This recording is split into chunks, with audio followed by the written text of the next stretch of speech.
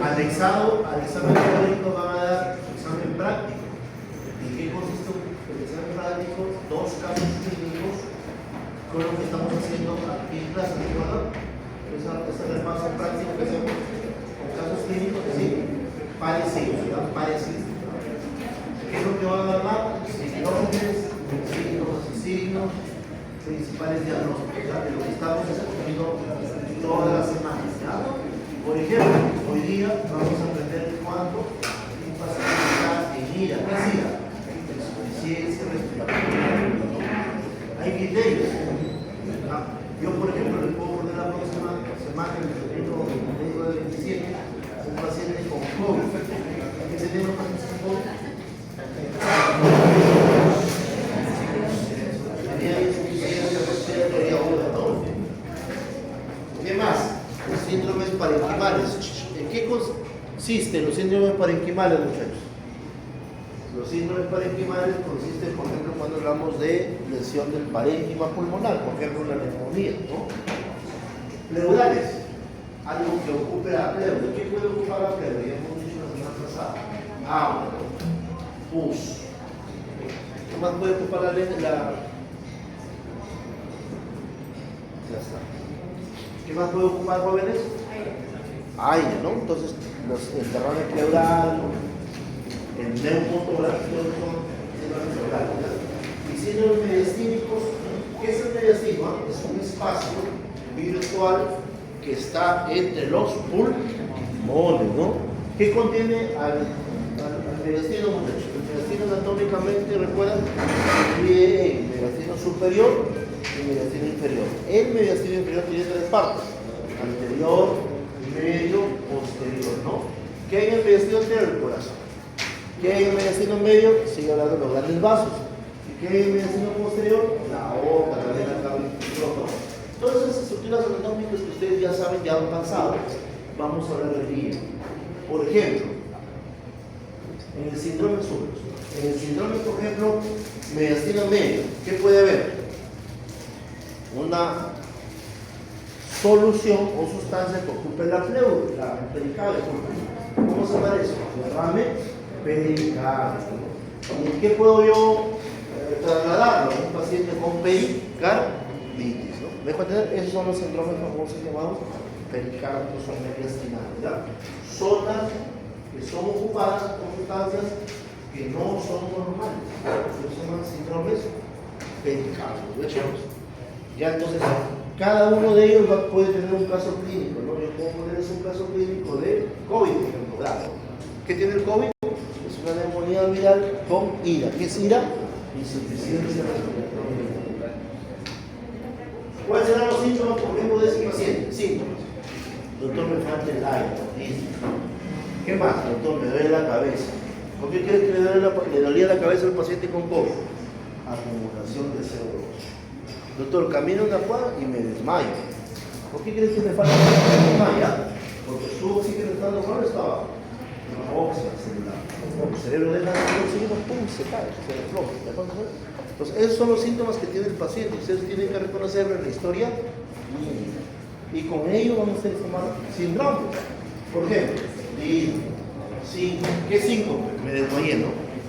¿Qué síndrome puedo tomar con estos 2 o 3 síntomas?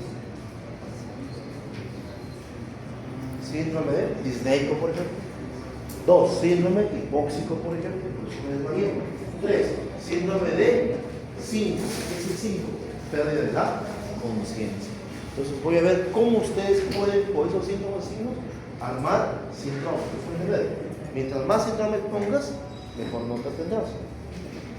Eso va a ayudar a empezar más o menos pensamiento. ¿Ya? Listo. Empezamos. Son cuántos alumnos, 6, ¿no? 20 minutos por cada uno, ¿cuánto es? 120, son 2 horas. Y los últimos 20 minutos vamos a desarrollar un caso clínico. Todos. Van a participar todos. ¿Por qué? Porque el examen práctico va a ser resolución de casos clínicos. Listo, empezamos. ¿Tu apellido, doctora? Ramírez Sobrino. Ramírez Sobrino. Chicos, hoy día o más tarde mañana sale su citado. ¿Ya? Ahí van a salir las reglas del juego. ¿Cuáles son las reglas del juego? ¿Cuánto pesa cada examen teórico? 25% del examen 1, 25% del examen 2. La práctica, 20% del examen práctico 1 y 20% del examen práctico 2. ¿Hasta ahí cuánto va? 90%. Y el 10% de lo que ustedes hagan respondiendo. Este es el 100%. O sea, lo que ustedes ahorita están respondiendo tiene un peso. ¿Cuánto es? 10%. ¿Me dejan entender? Listo. ¿Y dónde está subido? En su aula virtual. ¿De dónde van a traer la pregunta, señores? Vuelvo a repetir. Lean sus diapositivas de ahí. Textual, le voy a poner diapositiva 20 del seminario 5 o 6. Lean. Son 250 alumnos, deben pasar todos, pero desgraciadamente no leen. O sea, el problema no es el docente, el problema es que los alumnos no estudian.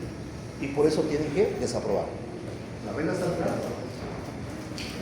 Es que solamente tienen que estudiar. Empezamos. Buenas tardes, doctor, compañeros todos. Bueno, en esta oportunidad expondremos acerca del síndrome respiratorio. Comenzando por los síndromes de las vías aéreas. La vía aérea es el encargado, se encarga de permitir el paso del aire tanto desde la atmósfera hasta los alvéolos, donde aquí se va a dar lo que es el intercambio gaseoso, conocido también como hematosis.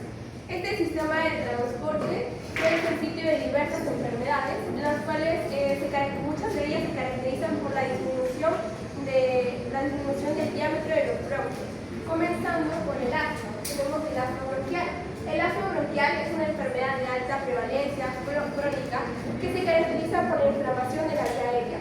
Cuando hay una inflamación de la vía aérea va a haber una obstrucción donde no va a permitir el paso del flujo del oxígeno. Y bueno, esta obstrucción se da mediante 3 mecanismos. Comenzando por el primero, tenemos la broncoconstricción aguda, en la cual en el músculo liso bronquial va a haber una contracción, en donde la vía aérea se va a estrechar, extendiendo de esta manera el paso del aire. Como segundo mecanismo, tenemos el tema de la pared de la vía aérea. Cuando tenemos una inflamación, las paredes se van a ensanchar y van a generar mucho más moco, generando lo cual es mucosa. Y como tercer mecanismo tenemos la remodelación bronquial, ya que cuando hay una inflamación, más que es una inflamación crónica, la estructura del bronquio cambia y por lo cual se vuelve una obstrucción mucho más persistente. Estos 3 mecanismos son aquellos que son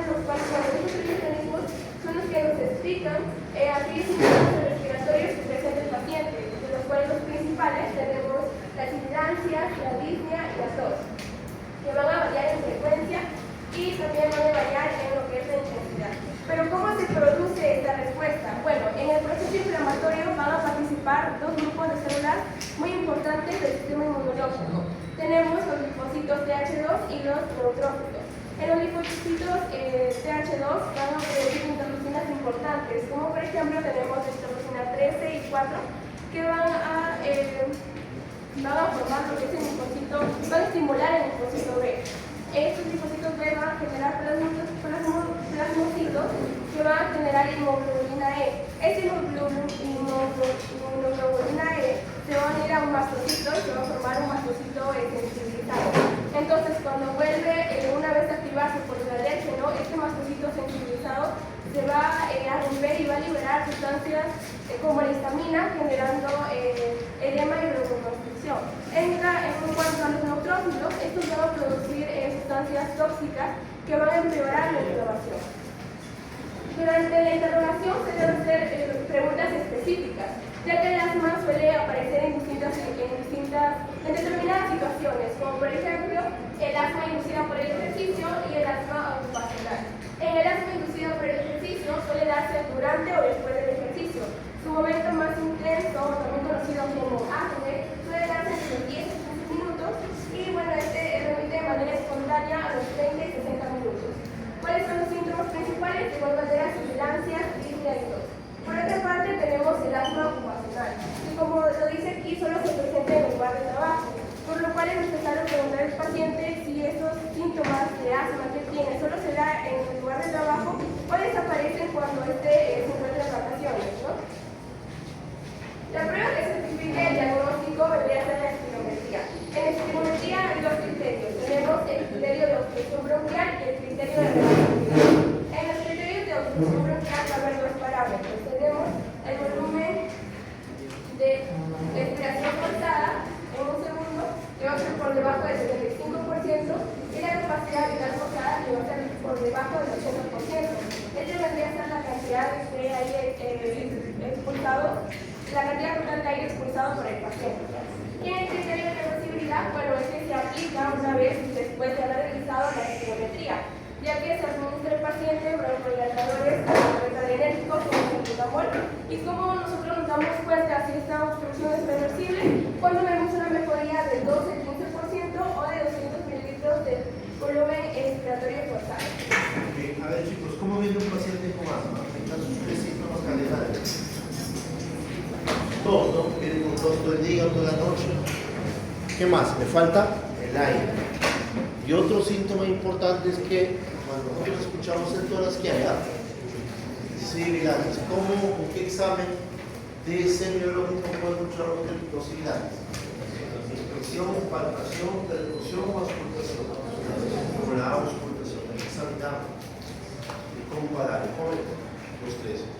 Ahorita también habló la doctora de criterios por un examen que se llama jóvenes espirometría. ¿Han escuchado? ¿Qué estudia la espirometría? Dos elementos importantes.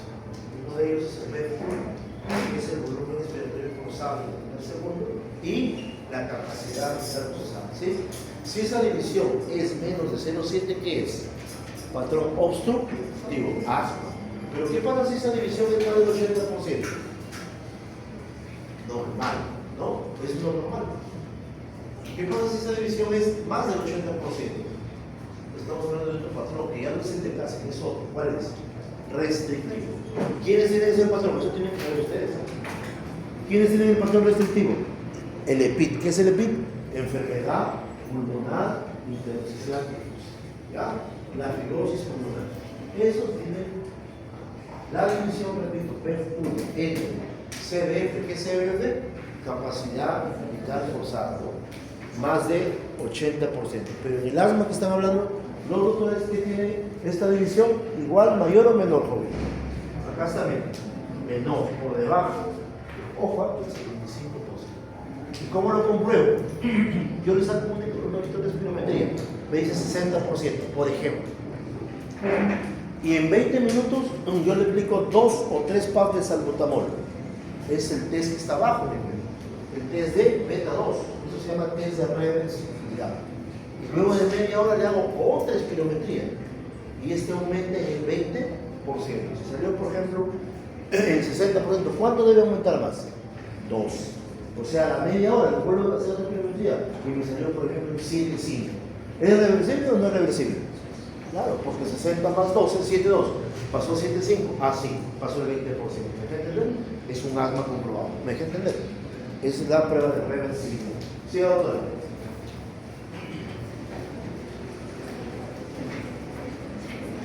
Siguiendo también tenemos lo que es el EPOC. Este EPOC es una enfermedad prevenible, progresiva y tratable que se caracteriza por la obstrucción, ya sea irreversible o parcialmente reversible, de las vías aéreas.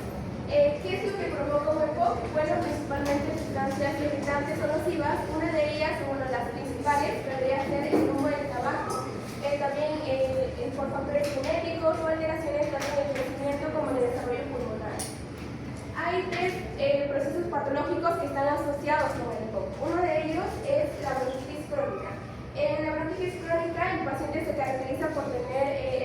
respiración.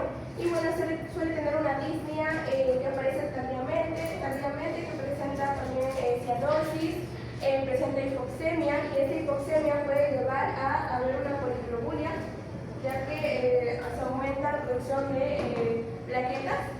Y bueno, en cuanto al enfisema pulmonar, predomina lo que es la disnea progresiva, la tos y expectoración aquí son escasas o ausentes.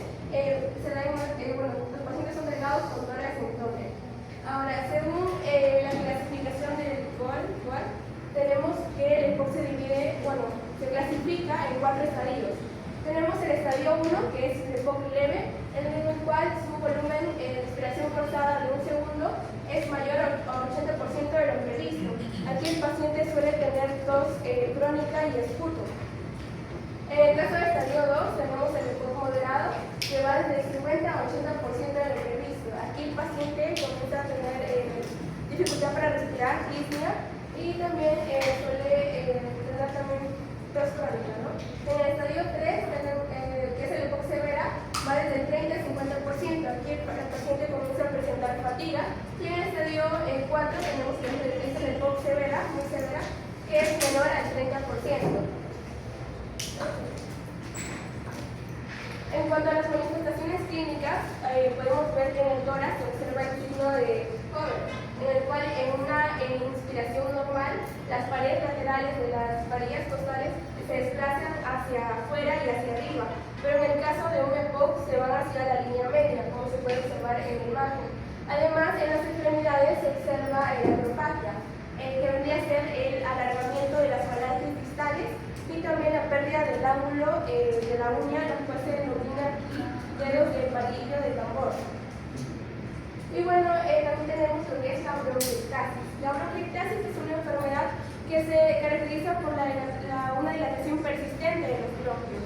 Esta puede ser, tiene distintas causas, puede ser congénita, como también puede ser por defectos en la duración mucociliar, como la fibrosis quística, y puede ser adquirida. Mayormente se da por problemas o infecciones respiratorias en la niñez, como la tosferina o incluso la tuberculosis. Estas alteraciones van a provocar cambios estructurales, como la dilatación bronquial, el desplazamiento de las paredes, va a haber tapones mucosos, entre otros. Chicos, atrás, ¿qué patrón tendrá el EPOC? Atrás, ¿obstructivo, restrictivo o normal? Bien. Entonces, ¿cómo estará la división BF1 sobre CBF? Que no la 75. ¿Está claro? No se lo dice, el EPOC también, al igual que el asma, es obstructivo. ¿No? La división BF1 sobre CBF es menor al 75. Desde relanzo otra pregunta. Si los dos son obstructivos profe y los dos me dan 60%, ¿cómo los diferencio? Con la prueba. ¿Con cuál prueba? Con la prueba de reversible. El asma hacia el artículo segundo. Se eleva, ¿no?, el patrón en la división más del 20% y no le pongo, no responde. Me dejé entender. Ojo que voy a poner un caso clínico para diferenciar asma y EPOC. Yo les estoy diciendo una pregunta, ¿sabes? ¿Con qué lo diferencio? Con el test de reversibilidad. ¿Qué uso? Salbutamol. ¿Okay? ¿Listo? Siga otra vez. Ahora, con respecto al estudio por imágenes, tenemos que ver aquí dos criterios. Bueno, ya se conocen criterios. Uno para evaluar la presencia de signos de atrapamiento aéreo y otro para identificar posibles desencadenantes de crisis o exacerbaciones como infecciones o entre otras.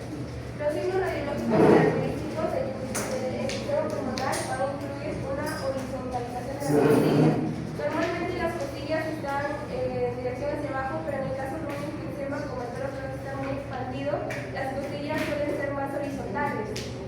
También va a haber un aumento de los espacios intercostales, un descenso de ambos diafragmas, ya que como los pulmones están hiperinsuflados, el diafragma va a descender, verticalización de la silueta cardíaca, como corazón en gota, y aumento de los espacios claros precárdicos y retrocárdicos en el perfil.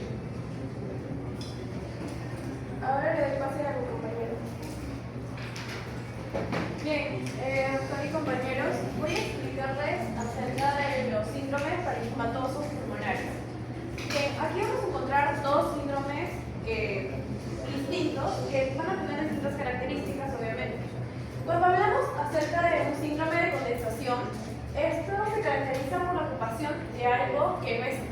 dentro de los alvéolos. ¿Qué podría ser?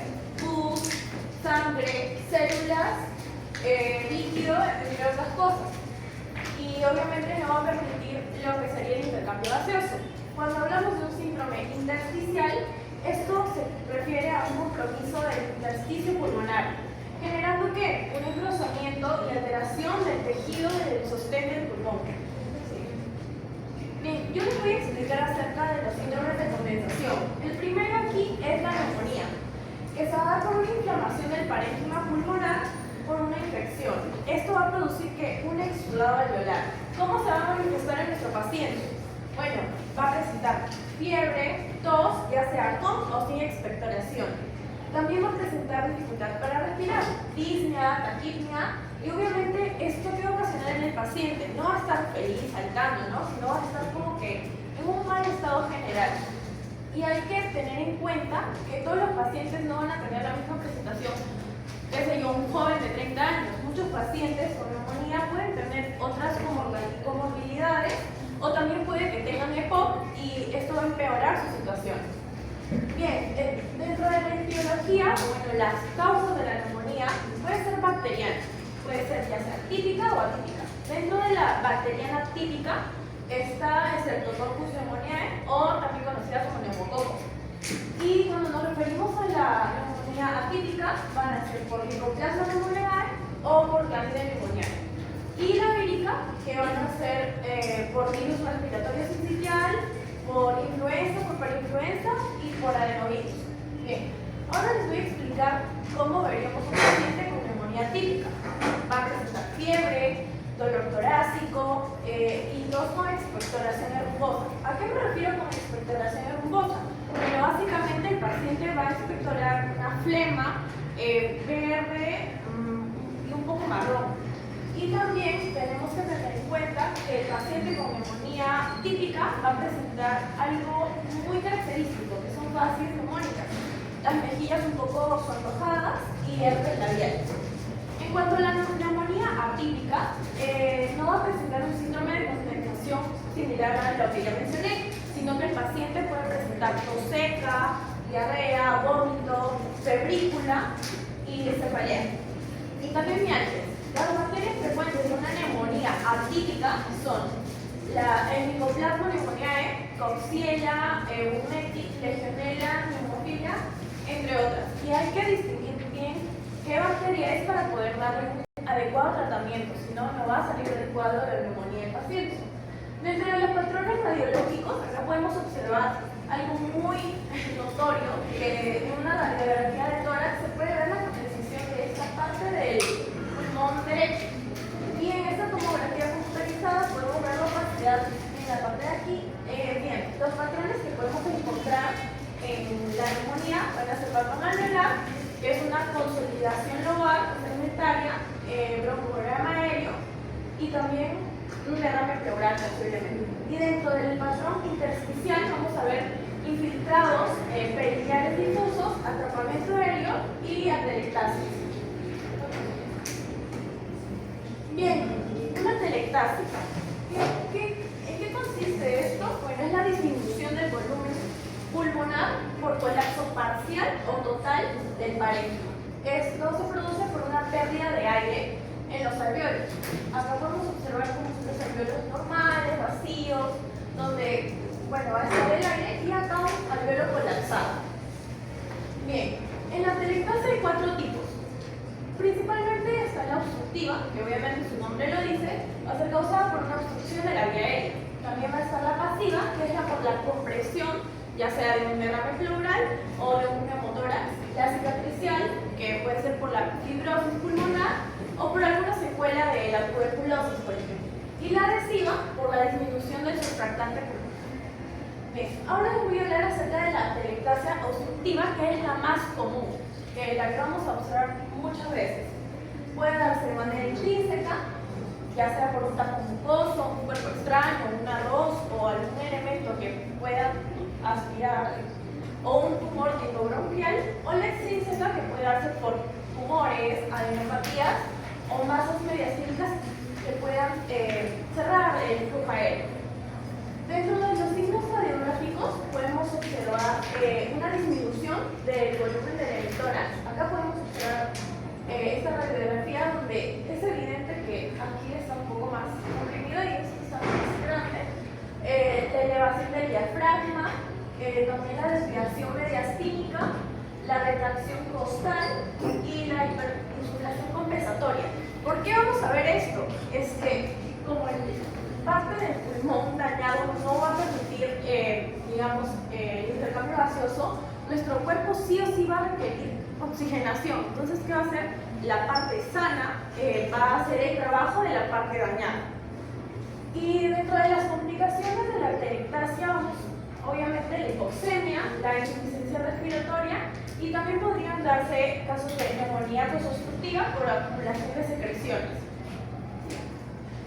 A ver, chicos, ¿qué habría atrás? Ahí. ¿Qué habría en el examen físico semiológico de un paciente con neumonía? A ver, vamos por partes. Inspección, doctor. ¿Qué habría? Razón. Inspección. Estás observando al paciente frente a frente. Está en mal estado. ¿Qué habría en inspección? Disnea. Muy bien. Al paciente le falta el aire, ¿no? ¿Respirará menos o más lento? Más rápido. Tranquilo. Cuenta las respiraciones 28, 30. Esa es la inspección, ¿verdad? Le sacas la blusa, el polo. ¿Qué encontrarías en la caja torácica? Tirajes. Muy bien, los famosos tirajes. ¿Cuántos tipos de tirajes hay? Hay 3 tipos. Hay tirajes encima de las clavículas. ¿Cómo se llamará? Supraclaviculares. Hay tiraje encima del mango del manubrio del esternón. Supraesternal. 2. Y hay un tercer tiraje, ¿dónde? Intercostal. ¿Ya? 3 tipos de tiraje. Inspección. Bien. Palpación. ¿Qué encontrarías? Ya lo hicimos, ¿no? Palpación. Puede ser, ya, palpación. No, ese es percusión. No, palpación. ¿Qué examinas en palpación? ¿MB o BB? ¿Qué es MB? Movimiento muscular. Esa es la auscultación. Grábatelo. Y en BB, pequeñas, VV, vibraciones. ¿Cómo están las vibraciones vocales en la neumonía? ¿Normales, bajas o aumentadas? Aumentadas. Muy bien. No se olviden, ¿no? ¿Cómo están las vibraciones vocales en un paciente con neumonía? Aumentadas. Esa es la palpación. Ahora sí, lo que usted dijo. Percusión. ¿Qué es la percusión, doctor?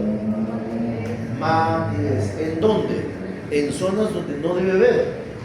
Por ejemplo, tienes a tu paciente que en la placa tienes esta radiopacidad. ¿Dónde hay la matidez? ¿En la base o en el ápice derecho? Ápice derecho. Normalmente ahí debe ser sonoro, ¿verdad, chicos? Pero en esa zona hay mate. ¿Ya? Porque hay una neumonía. ¿Estamos? Muy bien. Matidez en el ápice. El ápice del pulmón derecho. Inspección, palpación, percusión. Ahora, auscultación. ¿Qué es la auscultación, doctora? ¿Qué es la auscultación de este paciente que estamos viendo como ejemplo práctico? Tú le pones el estetoscopio delante y atrás. ¿Qué encontrarías en el ápice derecho? Crepitantes. Crepitantes en el ápice derecho. Y en la base, murmullo vesicular, ¿qué pasa ahí? O puede estar disminuido. Claro, porque arriba está como estoy logrando. O el murmullo del ápice disminuido o abolido, ¿sí? Con presencia de crépitos. ¿Sí? ¿Qué más? Tú le pides repetir a ese paciente la palabra 33. ¿Y qué encuentras en el ápice derecho? Uno, disminución del murmullo. Estamos en la auscultación.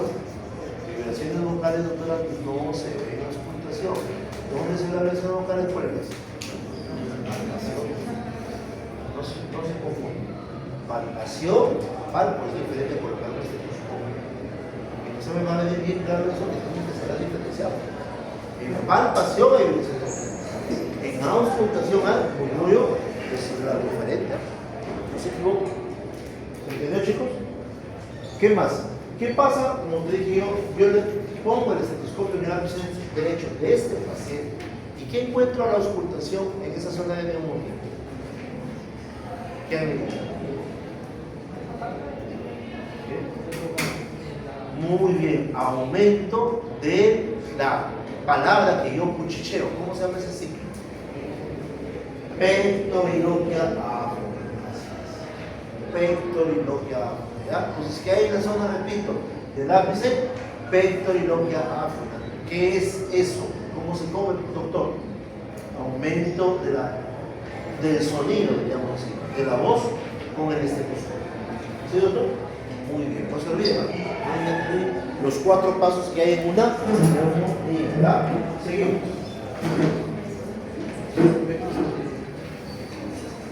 A ver, en la telectasia, doctora, ¿qué hay en los 4 pasos? Inspección, ¿qué hay? Palpación, ¿qué hay? Percusión, ¿qué hay? Y auscultación, ¿qué hay? Por ejemplo, en esa placa que tú ves ahí, ¿dónde hay telectasia? ¿Se quieran ver? Muy bien.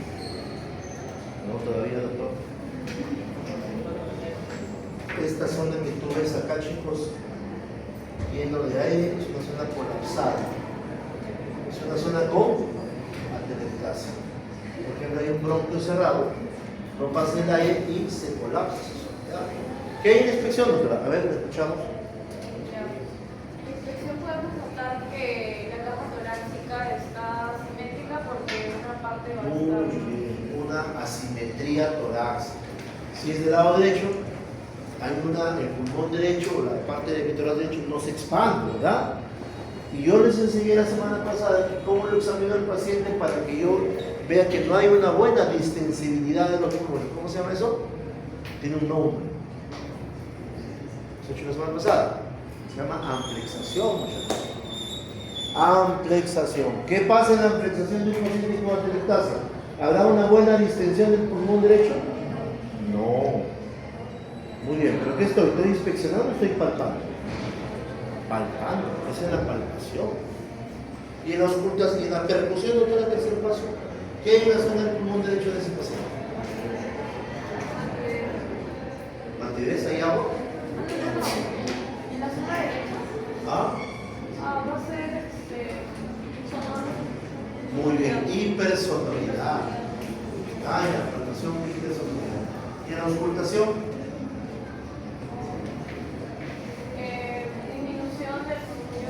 Muy bien, no pasa aire, es una zona colapsada.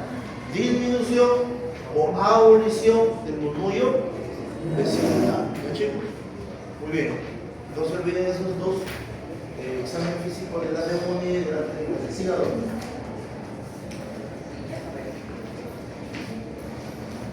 Bien, ahora hablaré acerca de los tumores pulmonares. Hay que recordar y tener en cuenta siempre que el pulmón es un sitio muy frecuente donde se va a dar la metástasis hematógena. ¿A qué me refiero con metástasis hematógena? Bien, en cuanto a los tumores metastásicos, suelen observarse de esta manera imágenes nodulares múltiples, pero no nace en los pulmones en sí, sino que vienen las células cancerígenas mediante la sangre de otros órganos. Por ejemplo, en el caso de cáncer de riñón, de mama, estómago, colon, recto, testículos, piel, ovario y hasta tiroides. Esto se va a dirigir a una zona de los pulmones mediante el flujo sanguíneo. Dentro de la clasificación de los tumores pulmonares vamos a tener a los primarios o benignos, que por ejemplo en el caso de un adenoma bronquial, los primarios malignos, como es el carcinoma broncogénico, y los metastásicos, que son los más peligrosos. Bien, ahora les voy a hablar acerca de algunos tipos, los cuales son el carcinoma epidermoide, que es en un 30% de los casos. Este se va a ver muy relacionado con pacientes que fuman bastante. En sí, este tipo de tumor nace en el epitelio bronquial y con mayor frecuencia de los bronquios principales y lobulares. Este tumor va a crecer hacia la luz y va a obstruir el bronquio y va a provocar la telectasia, como ya mencioné anteriormente, también una neumonía posobstructiva y hemoptisis, que es toser y expectorar sangre. Este tumor va a ser de crecimiento lento, por lo que se considera que va a haber un mejor pronóstico para su tratamiento y también va a presentar síndromes paraneoplásicos. Dentro del adenocarcinoma, que se va a distribuir en un 35% de casos, va a ser de origen periférico. Esto quiere decir que va a venir de glándulas mucosas y va a dar una metástasis por vía linfática hacia los tejidos, hacia el cerebro principalmente.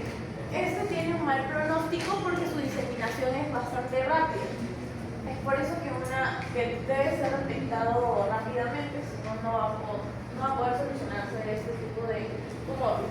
En la radiografía de tórax podemos observar aquí, en la zona periférica, como ya les dije, una masa homogénea en contacto con la pleura.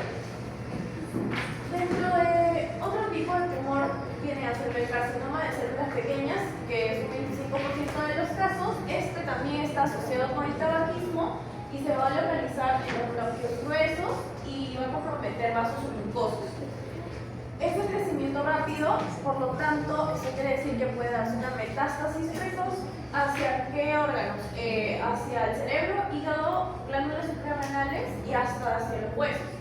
Pero este tipo de tumor sí va a responder a una quimioterapia. Por último, hay células grandes o anaplásicos que esta básicamente va a tener una topografía periférica, va a diseminarse rápidamente, o sea, más riesgo, y puede formar cavidades dentro de las masas tumorales, como unos huequitos dentro de los tumores. Y por último, y es bastante raro, está el linfoma no Hodgkin de células B. Sí. Por último, el infarto pulmonar. ¿En qué consiste? Bueno, se va a dar un cese abrupto del flujo aéreo, abrupto del flujo sanguíneo, debido a una obstrucción de una arteria dentro del parénquima pulmonar. Los síntomas del paciente van a ser disnea, dolor torácico, taquicardia y mareos. ¿Por qué? Porque no llegan la suficiente oxigenación a su cerebro, simplemente. La causa principal, una embolia pulmonar. ¿Qué es esto? Bueno, es un coágulo que ha viajado a través de las venas hasta los pulmones y va a bloquear una o más arterias pulmonares, impidiendo el correcto flujo sanguíneo adecuado a los pulmones. Dentro de la fisiopatología, como bien sabemos, según anatomía, el pulmón va a tener una doble irrigación. La arteria pulmonar y las arterias bronquiales. La circulación bronquial solo va a compensar si hay hipertensión venosa o hiperemia pasiva. Sin estas condiciones no va a darse una compensación, va a dar una isquemia y por lo tanto un infarto hemorrágico. Dentro de la tomografía podemos observar una opacidad periférica, pero acá con la deducencia central, y algo muy clásico y que debemos tenerlo en la mente siempre, cuando se trata de un infarto pulmonar vamos a observar una opacidad de cuña, que básicamente es una opacidad en la base pleural y con un vértice dirigido hacia el líquido pulmonar. Bien, ahora el examen físico del síndrome de condensación. Vamos a distinguir en dos, como ya les mencioné. Unos problemas que son condensación con luz bronquial permeable, en el caso de una neumonía, un infarto de pulmón o tumores pulmonares, y por condensación por luz bronquial obstruida, que puede ser la atelectasia obstructiva.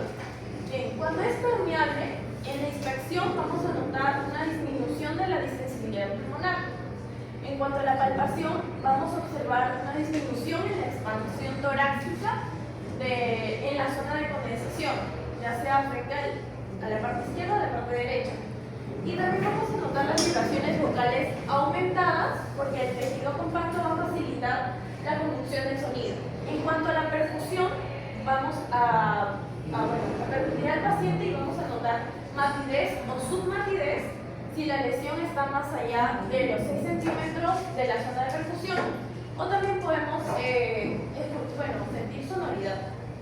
Dentro de la auscultación, obviamente, como ya mencionó el doctor, vamos a escuchar una abolición del murmullo vesicular, un silencio auscultatorio, en el caso de que sea, por ejemplo, en la parte del pulmón, infarto del pulmón, no vamos a escuchar absolutamente nada de sonidos, o puede darse también una broncofonía o mayor resonancia vocal.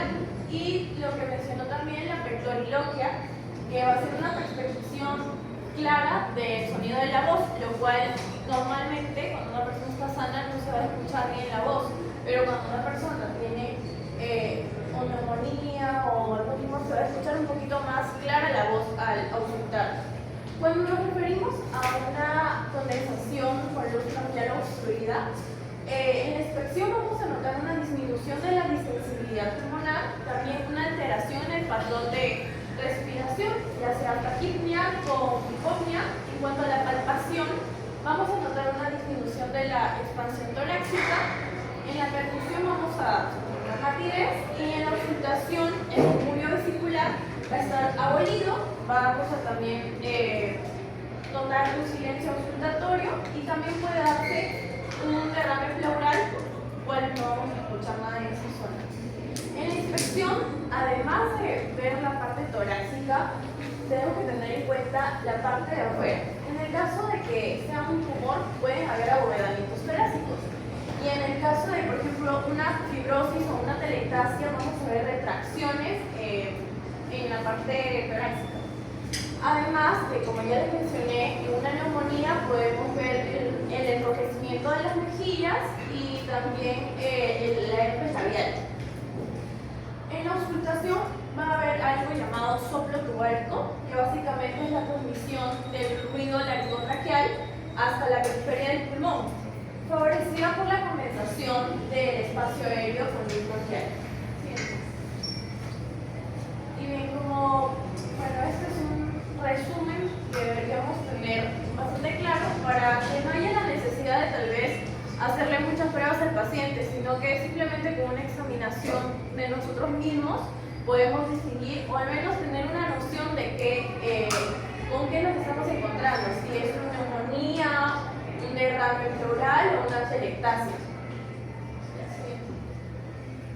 Bien, ahora continuando con la introducción de mi compañera, hablaremos acerca de lo que es el síndrome intersticial.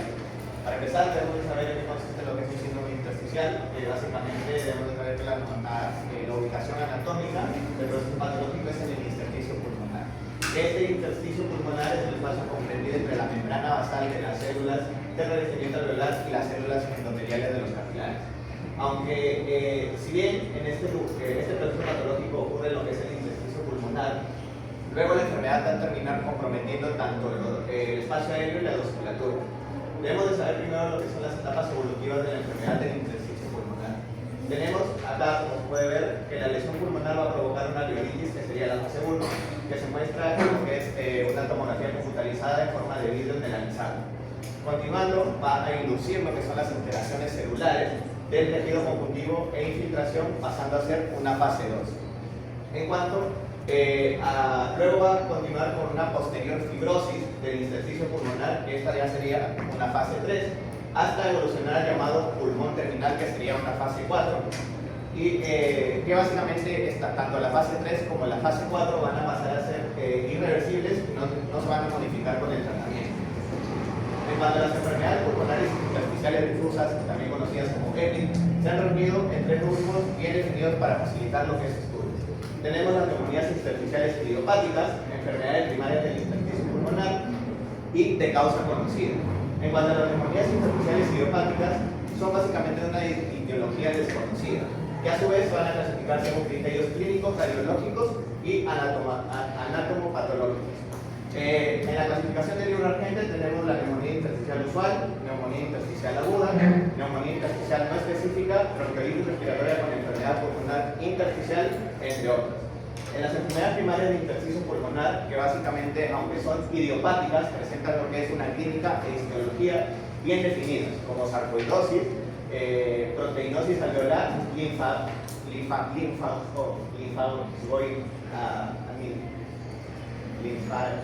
linfaxiolimatosis, eosinemias pulmonares e histiocytosis X, que es una de las granulomatosis de las células de Langerhans y amiloidosis.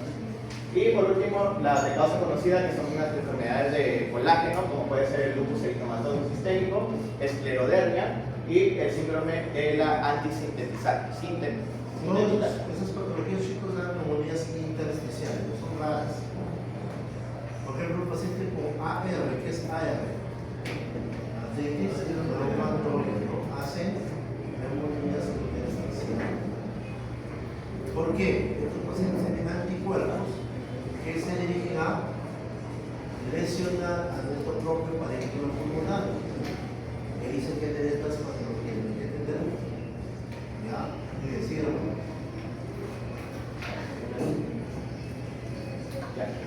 Ahora hablaremos sobre lo que es la fibrosis pulmonar idiopática. Esta fibrosis pulmonar idiopática es la más importante de las neumonías idiopáticas debido a su prevalencia, cuyo patrón anatomopatológico se define como neumonía intersticial visual. Se va a presentar en pacientes mayores de 50 años, su comienzo es insidioso y su evolución subaguda y crónica, caracterizada por una disnea progresiva y una tos seca. En la exploración física de un paciente con fibrosis pulmonar idiopática se van a auscultar los estertores crepitantes de tipo velcro en el 90% de los casos y una acropaquia en el 20 a 50% de los casos. ¿Qué es acropaquia, chicos? Dedos con uñas en vidrios de red. No se olviden, ¿no? Repito, definición de acropaquias. Dedos, no definición de acropaquias. Eso va a venir. Dedos en palillo de tambor. Dedos en palillo de tambor, coma. Con uñas en forma de luna de reloj. Con uñas en dedos de forma de vidrio de reloj. Entonces, manos o pies. Solo en manos. Ahí está en la pizarra, miren, ahí está a la derecha. Ahí tenemos las acropaquias. ¿Qué enfermos tendrán esas acropaquias?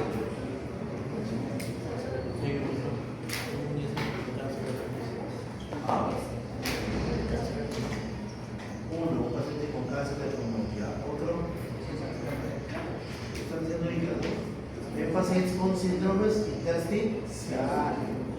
Los demás, un paciente con EPOC. ¿Qué es EPOC? Enfermedad pulmonar. Los demás, pacientes con cardiopatías congénitas. También. Son varias enfermedades. Cardiopatías. Muy bien, sigamos. Esta enfermedad es la única de las enfermedades intersticiales idiopáticas en la que una tomografía computarizada de tórax va a establecer el diagnóstico sin necesidad de aplicar lo que es una biopsia pulmonar. En cuanto a la forma de diagnóstico, empezaremos con la anamnesis, que básicamente cobra un particular interés en conocer a detalle el tipo de actividad laboral, por ejemplo, por la exposición a los tóxicos, ya sea inhalantes, gases, etc. Además de los fármacos, como por terapia antineoplásica e ingesta crónica de la miodarona, y radioterapia y presencia de afecciones alérgicas. Ahora, ¿por qué es importante conocer si el paciente fuma? Porque básicamente existen neumonías intersticiales idiopáticas relacionadas a lo que es el tabaco, como por ejemplo la neumonía intersticial descamativa y la neumonitis respiratoria. En cuanto al síntoma terminal, que vendría a ser el síntoma más importante de esta enfermedad, tenemos la disnea con la evolución del proceso patológico de la clase funcional de la disnea progresiva hasta ser una disnea de reposo. Y otra manifestación frecuente es la tos seca de carácter irritativo.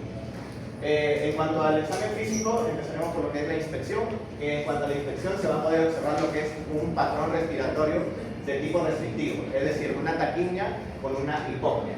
Y cianosis como manifestación, como ya una manifestación de que la enfermedad está avanzando. Y además puede haber lo que es un hipocromatismo digital o una acropaquia, como ya hemos mencionado. Ahora, continuamos con lo que es el examen físico y continuaremos con la auscultación. Que en la auscultación vamos a encontrar los estertores crepitantes de tipo velcro, que son hallazgos semiológicos muy característicos. Estos estertores crepitantes de tipo velcro son finos, son secos y son inspiratorios. ¿Por qué se producen en las enfermedades intersticiales? Básicamente se producen porque el intersticio y los alveolos se van a inflamar o van a fibrosar. Los alveolos pequeños van a colapsar parcialmente y durante la inspiración vuelven a abrirse bruscamente. Y esta reapertura súbita va a producir lo que son los crepitantes. En cuanto a los exámenes complementarios, tendremos lo que es un electrocardiograma. Ya va a presentar los signos de hipertensión pulmonar. la exploración funcional respiratoria o una espirometría va a permitir lo que es lo que va a objetivar el patrón ventilatorio restrictivo. ¿Cómo está la espirometría, chicos? Aquí, ¿cómo está el BEF1? ¿Cómo está la medición BEF1 sobre capacidad vital forzada? ¿Normal? ¿Baja o alta? Claro, que les dije, aumento. Claro, ¿no? Muy bien, sigan. Continuamos con otro examen complementario que vendría a ser la capacidad de transferencia o difusión pulmonar del monóxido de carbono, que es uno de los indicadores más sensibles del EPI, pero no específico. Va a consistir en realizar una inspiración máxima a partir del volumen residual utilizando una mezcla con una concentración conocida de monóxido de carbono en valores no tóxicos. El paciente va a deber realizar lo que es una apnea de 10 segundos seguida de una expiración máxima. Se va a medir la concentración del monóxido de carbono en el volumen de aire expirado. La diferencia en la concentración del monóxido entre lo inspirado y lo expirado está determinada por la disolución de los gases alveolares y por la difusión a través de la membrana alveolo-capilar. La determinación de los gases de la sangre arterial va a mostrar lo que es una hipoxemia, con normocapnia o hipocapnia. Continuamos con otra prueba, que es la prueba de caminata de 6 segundos, que básicamente va a explorar la distancia alcanzada en una caminata durante esta duración, que vendría a ser los 6 minutos. Se va a considerar esta prueba positiva cuando el paciente va a manifestar disnea y se comprueba lo que es una desaturación de la hemoglobina en el esfuerzo. Y por último, una radiografía de tórax, que sigue siendo lo que es un método insustituible en la evaluación radiológica inicial y en el seguimiento de los pacientes con EPI. El 90% de los pacientes con EPI va a presentar alteraciones radiográficas en el momento del diagnóstico con esta radiografía. Atrás. Chicos, ¿cuál es la diferencia entre una neumonía parenquimal y una intersticial? ¿Dónde hay más radiopacidad? ¿En la parenquimal o en la intersticial sin comparar? Comparamos la placa anterior con esta. En la parenquimal no hay más radiopacidad. En cambio, en la intersticial casi no hay radiopacidad. ¿Ya? ¿En qué se parecerán químicamente? Que ambos tienen el paciente todos permanentes. Y la espirometría,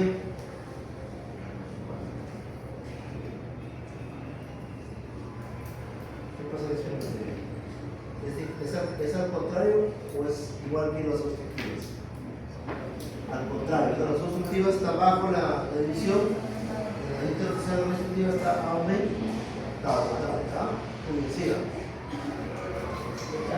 Y por último tenemos lo que son las tomografías computarizadas de alta resolución. Tenemos que se puede mostrar en cinco fases. La primera de vidrio esmerilado, que básicamente se muestra como un leve aumento de la densidad pulmonar con preservación de los márgenes tanto bronquiales y vasculares. También como una imagen nodular, que son nódulos pequeños de tamaño diseminado. Una imagen reticular, que es una trama de opacidades lineales, como se puede observar acá, y una imagen retículo nodular, que es básicamente una combinación de nódulos y opacidades lineales. Y por último, un pulmón empanal, que básicamente son pequeños quistes aéreos de 5 a 10 milímetros de pared gruesa. El papel principal de la tomografía computarizada de alta resolución es básicamente que va a facilitar el reconocimiento de los pacientes que tienen un patrón típico de neumonía intersticial, como la fibrosis pulmonar idiopática. Que esta tomografía computarizada se caracteriza básicamente porque se muestran lesiones bilaterales de predominio basal y subpleurales asociados a quistes subpleurales. Y también tenemos lo que es una broncoscopía con lavado broncoalveolar, que básicamente tiene un bajo rédito diagnóstico y solo permite excluir las principales infecciones. También tenemos lo que es la biopsia pulmonar, que esta biopsia pulmonar es como un diagnóstico definitivo y específico de las enfermedades intersticiales. Básicamente sirve para obtener lo que es un líquido pulmonar y establecer los diagnósticos definitivos. ¿Cuándo está indicada? Cuando no se ha tenido un diagnóstico con los otros métodos,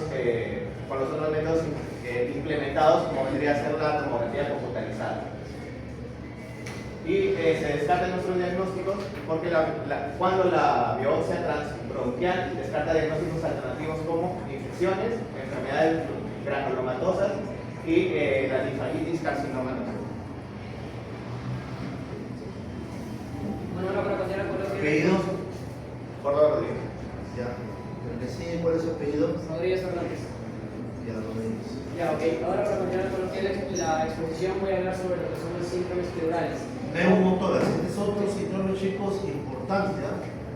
Escuchen que hay inspección, que hay una palpación, que hay una percusión y que hay una comunicación. ¿Ya? ¿Cuándo tiene un paciente neumotórax? A ver, ¿cómo se origina un neumotórax? Estás en la calle caminando y alguien te cogió. ¿Sí? Entra arma blanca y ¿qué pasa? El aire de afuera entra, ¿no? Al espacio pleural. Ahí hay un neumotórax. Otra forma,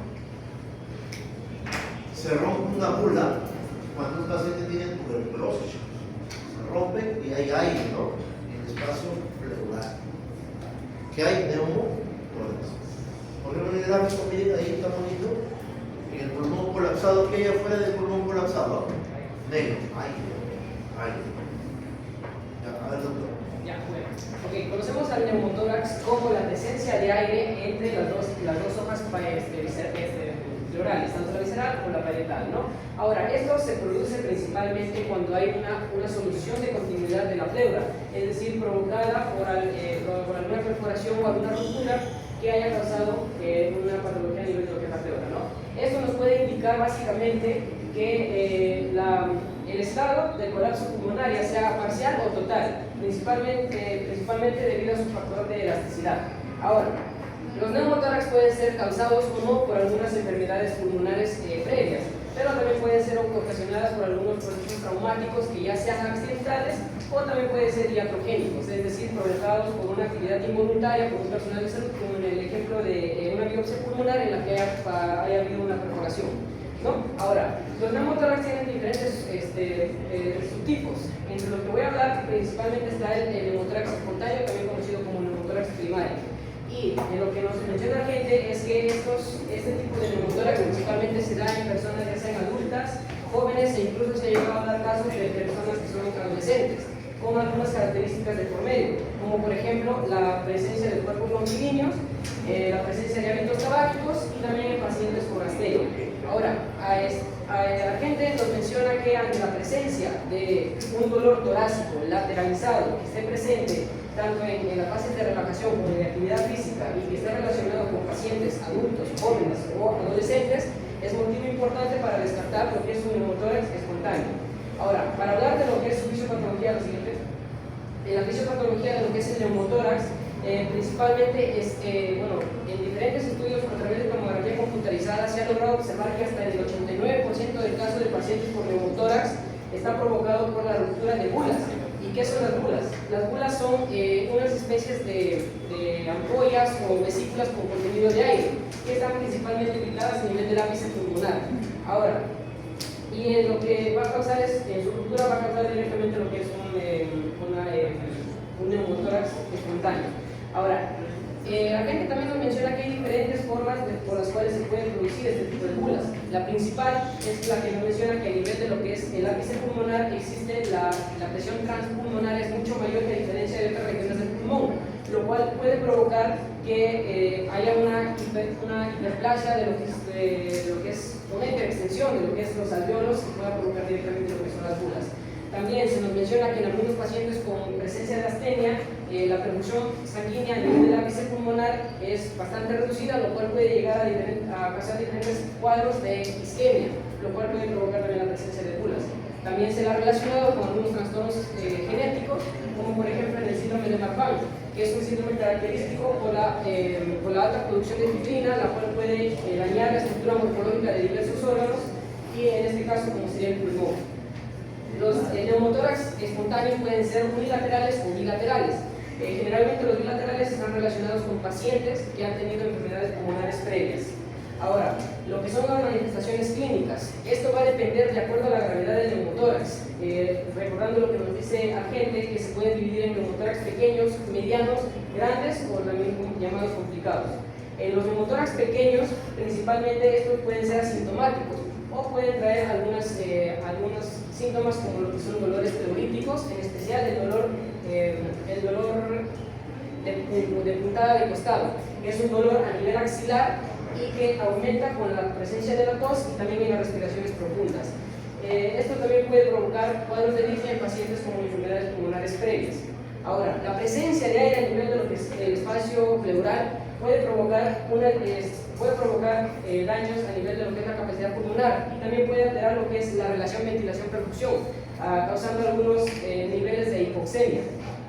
También la presencia de lo que es el aire a nivel de la cavidad pleural puede distribuirse. Por ejemplo, en el caso de distribución de aire a nivel de lo que es el mediastino, puede provocar lo que conocemos como un neumomediastino. O también puede dirigirse hacia el nivel del tejido subcutáneo y producir lo que es el enfisema subcutáneo, que principalmente se caracteriza por la presencia de crépitos al momento de la palpación. Ahora, también tenemos lo que son los neumotórax medianos, que principalmente están caracterizados por tener capas de aire mucho más voluminosas, la presencia del dolor torácico del paciente, puede concluir con dificultad respiratoria. Al momento del examen físico, principalmente en la inspección, se va a ver una reducción, un aumento de lo que es la caja torácica y se puede ver también una respiración más superficial. Al momento de lo que es la palpación, se va a notar principalmente lo que es la disminución de las vibraciones vocales. Al momento de la percusión se va a poder escuchar una hipersonoridad y al momento de lo que es la auscultación se va a notar una disminución o una abolición del murmullo vesicular. Ahora, en lo que son los neumotórax complicados, la gente nos da como ejemplo algunos de ellos, como por ejemplo es el neumotórax atención, el hemoneumotórax, que se caracteriza por la presencia de sangre y aire a nivel de la cavidad, a nivel del espacio pleural. También lo que es un hidroneumotórax, que se caracteriza por la presencia de líquido y aire a nivel de la cavidad pleural. De igual manera, lo que es un pioneumotórax, que está caracterizado por una inflamación o una infección de lo que es la cavidad pleural en presencia de aire, y también lo que es un neumotórax abierto, que es un proceso de continuidad de la pleura que la correlaciona con lo que sería la atmósfera. Ahora, siguiente. Ahora, en lo que son los diagnósticos y estudios complementarios, principalmente se utiliza la ayuda de lo que son las imágenes radiológicas o también de tomografías computarizadas.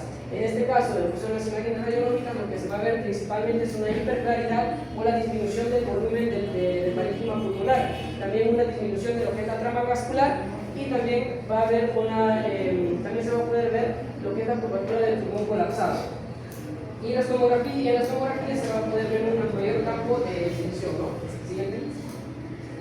Ahora, con respecto a los neumotórax complicados, el principal que tenemos es el neumotórax atención.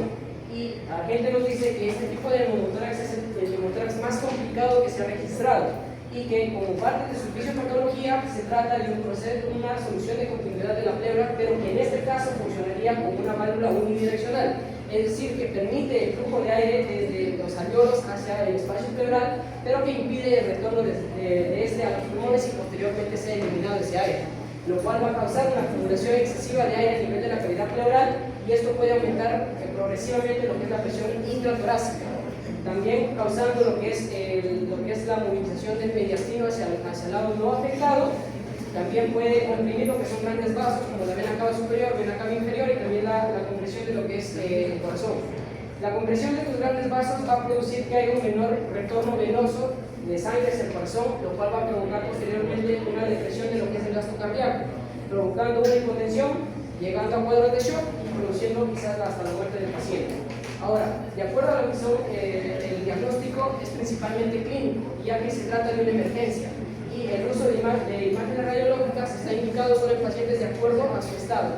Entonces, en las manifestaciones clínicas, por ejemplo, tenemos lo que es el dolor torácico agudo, lo que es una disnea o dificultad respiratoria aguda, lo que son la palidez, lo que es la sudoración, la taquicardia e incluso la hipotensión, y que en algunos pacientes puede llegar a riesgo de paro cardiorrespiratorio. Ahora, ¿qué vamos a poder ver en una imagen radiológica si en caso se pudiera contar con ella? Principalmente es el colapso pulmonar total. Luego podemos ver una desviación del mediastino hacia el lado no afectado. También podemos ver un descenso del diafragma a nivel de lo que es el neumotórax afectado.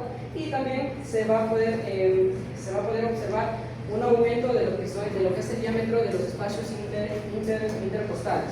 A ver, Ahora. ¿cómo estará la inspección, adaptación, percusión y ocultación? Estamos en biología, ¿no? Todo eso nos va a hacer los 4 pasos básicos, ¿verdad? No sé, ¿cómo lo memoria? Dime, ¿qué hay en inspección? ¿Qué hay en la palpación? ¿Qué hay en la percusión y qué hay en la ocultación? A ver, razón de otro. Neumo, aire en el espacio. ¿Qué hay en la inspección? Principalmente se va a ver un aumento del diámetro del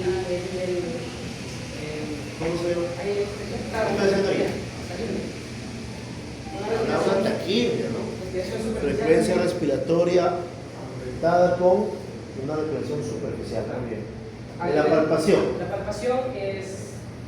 La palpación se va a notar una disminución de lo que es las vibraciones vocales. Muy bien, palpación, muy bien, doctor. Vibraciones vocales. Yo toco y comparo y en el sitio donde hay aire, cada disminuido, ¿no es cierto? Las BB, vibraciones vocales. A nivel de lo que Percusión. percusión va a haber una impersonalidad. Muy bien, doctor, ya la agarro yo. Porque hay más aire, pues no hay pulmón. Y personalidad de la zona donde hay neumotórax, derecho y izquierdo. Percusión. Auscultación. Una disminución o abolición total del. Abolición total del murmullo vesicular. Por el colapso total. Por la apertura. En la inspección, ¿qué más encontrarás? En el cuello. Desviación de la tráquea, porque empuja el aire. Así es, desviación de la tráquea. En la palpación.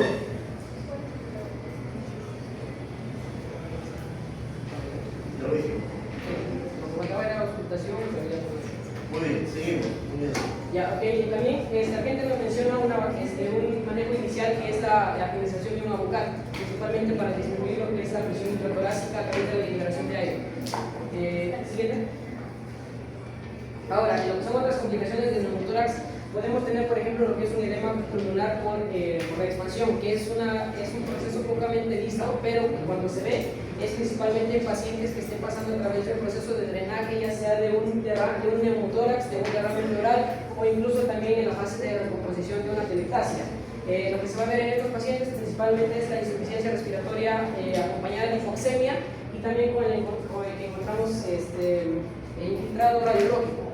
También tenemos lo que es la pérdida de aire persistente, que la gente nos lo menciona por una fístula broncopleural, que esto se da principalmente en pacientes con enfermedades pulmonares anteriores, como por ejemplo el enfisema tuberculoso. En este tipo de pacientes, lo que pasa es que cuando atraviesan el proceso del drenaje durante unos 5 a 7 días y no existe una reexpansión pulmonar, eso indica que el paciente debe pasar a través de cirugía. Y también nos menciona a grosso modo de lo que es un neumotórax, que es la presencia de sangre a nivel de la cavidad pleural y que puede ser provocada mayormente por procesos traumáticos. Eso es lo único que nos dice. Siguiente. Ahora, para continuar con lo que son los síndromes pleurales, también tenemos lo que es un derrame pleural. En el caso del derrame pleural, la gente nos dice que normalmente a nivel de lo que es la cavidad pleural encontramos aproximadamente unos 25 milímetros de líquido y lo conocemos como derrame pleural a la acumulación anormal de líquido en el espacio pleural. Ahora, para explicar lo que es un fisiopatología, la gente nos dice que para la movilización de líquido en el espacio intrapleural necesitamos de 4 factores muy importantes. El primero, que es la presión hidrostática, luego que es la presión oncótica, también lo que es el drenaje linfático y también por último lo que es el estado de la membrana pleural. Pero eso no queda ahí. Si existiera alguna variación en cualquiera de esos 4 factores, es lo que se produciría el derrame pleural. Ahora, lo que nos dice la gente es que a nivel de lo que es la pleura parietal, sabemos que su agregación está dada por lo que son las arterias intercostales, las cuales van a aportar una presión hidrostática de unos 30 centímetros de agua.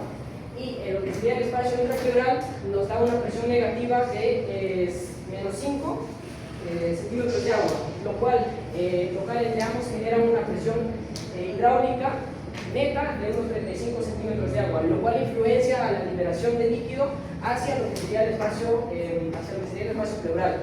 También nos dice que la pleura visceral tiene una irrigación dada por lo que son capilares arteriales pulmonares, los cuales nos aportan una presión hidrostática de 11 centímetros de agua, y en relación con lo que sería la presión hidrostática del espacio pleural, nos dan una presión hidráulica neta de 16 centímetros de agua, lo cual también influencia a lo que es la movilización de líquido, pero en un menor grado.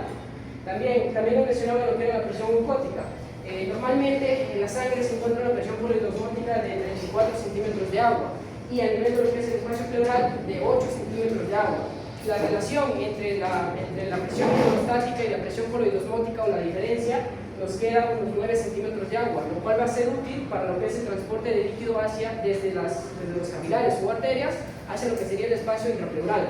Ahora, también hablamos, normalmente existe una relación en balance de lo que es la presión hidrostática y la presión oncótica. ¿Qué va a pasar? Chicos, el doctor ha explicado cómo el líquido pasa de los capilares del espacio virtual que es el pleural. Normalmente, así es. ¿Cuánto líquido hay en el espacio pleural? 0, 1000, 50. Normalmente, todos. Sí, a ver, derrame pleural. Debe haber 50 centímetros. O sea, todos tenemos 50. Todos. ¿Para qué sirve? Para que las pleuras no se peguen. Para eso sí. Todos tenemos 50 cc. De ahí nivel que se lo llega ahí. Pero cuando hay alteraciones, como tú has dicho, por ejemplo, un paciente que está desnutrido, no come proteínas, ¿qué baja en su sangre? La albúmina. ¿Cuál de los dos baja? ¿La hidrostática o la oncótica? La oncótica. O sea, hay una diferencia.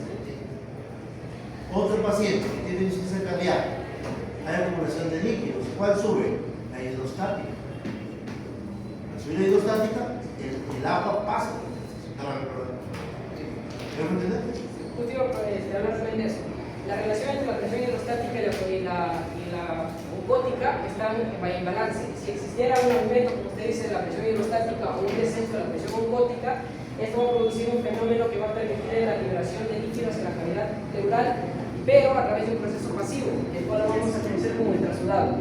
Y en el caso de lo que es el estado de la membrana pleural y lo que es el drenaje linfático, cuando existe alguna alteración, por ejemplo, en la membrana pleural, una inflamación, esto va a provocar una liberación de líquido hacia el espacio pleural, pero con agregación tanto proteica como celular. Y el drenaje linfático, al haber una obstrucción de este, va a permitir que haya una mayor acumulación de líquido, lo cual lo vamos a conocer como el exudado. Ahora, una vez que hemos explicado lo que es la presión, ese líquido puede ser exudado o trasudado. ¿Cuál de los dos tiene proteínas? ¿El exudado o el trasudado? El exudado. ¿Cuándo hay líquido tipo exudado? En toda inflamación. Neumonías, piotórax, ¿no? Derrame pleural por tuberculosis. ¿Okay? Exudado. ¿Cuándo hay trasudado? Cuando no hay muchas proteínas, hay más líquidos. Insuficiencia cardíaca, cáncer, tumores, pacientes con nefropatías. Ahí la diferencia entre exudados y trasudados es diferente, ¿no? Para ello nos valemos de los criterios. ¿Has leído los criterios del GAI? Bueno, en la etiología, los derrames pleurales pueden dividirse en dos grupos, los trasudados y los exudados. Los trasudados, por su parte, también se dividen en otros dos grupos, que son provocados por una variación de la presión hidrostática, y en los cuales Sargento nos da dos ejemplos. Uno que es la insuficiencia cardíaca, que puede ser derecha, izquierda o global, que suele provocar un derrame pleural, bilateral. Pero también puede provocar un derrame pleural unilateral, pero que mayormente afecta, o con mayor frecuencia afecta a lo que es el tórax derecho. Y también nos da otro ejemplo que es el síndrome pericárdico opresivo con bloqueo de la vena cava superior, el cual aumenta la presión venosa central, pero no aumenta la presión venosa pulmonar. En el caso de los trasudados por aumento o variación de lo que sería la presión oncótica, nos da también dos ejemplos, que son principalmente los síndromes hepáticos y los síndromes renales. En la parte de exudados principalmente está dado por causas inflamatorias. Nos da ejemplos como de inflamaciones por bacterias, por micóticos o también virus. En el caso de inflamaciones por bacterias, se ha demostrado que entre el 50 y 65% del total de casos en adultos y hasta el 75% de casos de niños es provocado por neumonías. También puede ser provocado por perforaciones esofágicas, puede ser provocado por la presencia de abscesos frénicos o también por alguna alteración de cirugía. Principalmente está dado por bacterias de la serie estafilococos, neumococos, que son de tipo aerobio. También nos da por la infección de tuberculosis, que suele generar derrames pleurales unilaterales, con la presencia también de la clínica, por ejemplo la fiebre, lo que es también la pérdida de peso, también los dolores pleurolíticos. Bueno, también nos da ejemplos de micóticos y también de empíricos, pero con una menor frecuencia. Bueno, ahora tenemos también algunos otros factores por los cuales puede dar el derrame pleural, en este caso los neoplásicos. La gente nos dice que hasta el 40% de los casos por derrame pleural son provocados por lo que serían neoplasias. En primer lugar se encuentra lo que sería el cáncer broncogénico, que suele dar derrames pleurales unilaterales, principalmente por el bloqueo del drenaje linfático. También puede provocarse por carcinomas metastásicos, los cuales generan derrames pleurales bilaterales, el cual el primero y con mayor frecuencia es el carcinoma de mama, seguido del carcinoma de ovarios, el carcinoma renal y también el carcinoma gástrico. Es por eso que la gente nos dice que los principales carcinomas metastásicos están dados en el tracto gastrointestinal y en el tracto renal. También nos da ejemplos de lo que son los linfomas y las leucemias, en un menor grado. También pueden ser acompañados, por ejemplo, de lo que son embolias pulmonares, que pueden ser unilaterales o bilaterales o acompañados o no de infarto pulmonar. Estos suelen ser pequeños y suelen ser confundidos con trasudados. También por la presencia de algunas enfermedades del tejido conjuntivo, como por ejemplo la lupus eritematosa sistémica o también por la artritis reumatoide. En el caso también de enfermedades intraabdominales, como por ejemplo la presencia por mediante de abscesos subclínicos o también por pancreatitis. La pancreatitis generalmente provocan derrames pleurales a nivel del hemitórax izquierdo. También nos habla de lo que es el tirotórax, que es común y es provocado por la filtración de linfa, principalmente del conducto torácico a nivel de lo que es la pleura. Esto puede ser provocado por procesos traumáticos o también por la presencia de neoplasias, como la presencia de tumores malignos o incluso también por el gas broncogénico. El pseudotirotórax, que también es la presencia de líquido, pero en este caso un líquido compuesto básicamente por colesterol y está relacionado con lo que es la tuberculosis y también la artritis reumatoide. Ahora, para hablar de lo que son las manifestaciones clínicas, los derrames pleurales pequeños pueden ser asintomáticos y pueden ser hallados accidentalmente mediante imágenes radiológicas. Pero los pacientes que sufren de estos tipos de derrames pleurales van a presentar tres síntomas muy importantes, que son principalmente la disnea, luego la tos y también el dolor. En el caso de la disnea va a variar de acuerdo a la gravedad del derrame pleural y generalmente están más agudizados por lo que sería una insuficiencia cardíaca. Lo que es la tos suele ser una tos seca e irritativa, principalmente causada por irritación de la membrana pleural y también por irritación de lo que son los bronquios. En el caso del dolor, suele ser un dolor bastante agudo y localizado y generalmente suele iniciarse en el proceso de una pleuritis aguda y suele desaparecer ya en la instalación de lo que es el neumotórax. La gente también nos recalca que lo que está inervado es la pleura parietal, entonces un inicio del dolor puede indicar un compromiso de esta misma. Este dolor puede aumentar con la tos, con el estornudo, con la respiración profunda y además de eso se nos menciona que ante un dolor de la pleura parietal a nivel diafragmático puede reflejarse a nivel del hombro. Eso a nivel de exámenes físicos. También nos menciona el uso de lo que es la anamnesis. Una anamnesis muy rosa nos puede ayudar a identificar el origen de lo que sería la etiología subyacente a través de una serie de preguntas. Por ejemplo, en los pacientes que sufren de disnea o con ortopnea y además de eso palpitaciones nos puede indicar una insuficiencia cardíaca. En los pacientes que sufren de hepatitis B o de alcoholismo pueden indicarnos una cirrosis. En el caso de pacientes con exposición a otros pacientes con TBC, también en pacientes con edema de miembros inferiores o también diabetes nos presenta un síndrome nefrótico. Y también se puede presentar en el embarazo. En el caso de lo que son el examen físico, a nivel de lo que es la inspección, se va a poder ver principalmente unas respiraciones superficiales acompañadas de una menor movilidad del electrodos afectado. En lo que es la parte de palpaciones, se va a poder principalmente escuchar, se va a poder palpar lo que serían los cortes pleurales en caso de una pleuritis, y en el caso de una motora se va a ver la disminución de lo que es las vibraciones vocales. En el caso de la percusión se va a poder escuchar una matidez, pero esa matidez se puede variar si en el caso de los derrames pleurales que están liberados va a depender de la posición del paciente. Y en el caso de lo que son las auscultaciones, principalmente se va a ver una disminución o abolición de lo que es el murmullo vesicular, y también se puede escuchar lo que son las peritroquias atónicas con también la producción de hemofonía. Y se puede utilizar también algunos otros análisis de ayuda, como por ejemplo ecografías y tomografías computarizadas. Muy bien. ¿Tu apellido? Rodríguez. Rodríguez. Líneas tiene ¿cuál? ¿Apellido? Sánchez Solano. ¿Videla? No, Sánchez Solano. Sánchez.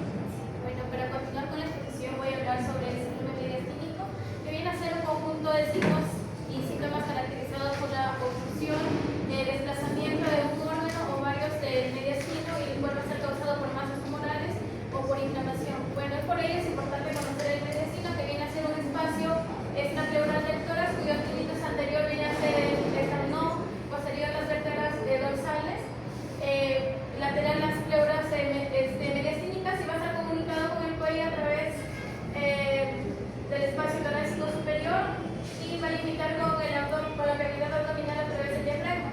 Bueno, para su mayor estudio va a estar dividido en medicina superior y medicina inferior. En el superior vamos a encontrar estructuras como la vena cava superior, el tronco brachiocefálico, vamos a encontrar el esófago, la tráquea, el nervio vago, el nervio frénico.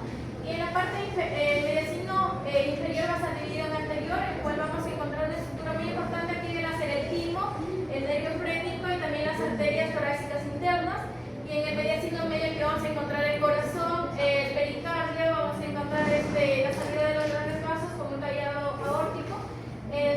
Bueno, y en el mediastino posterior aquí vamos a encontrar el esófago, el nervio vago y la aorta descendente.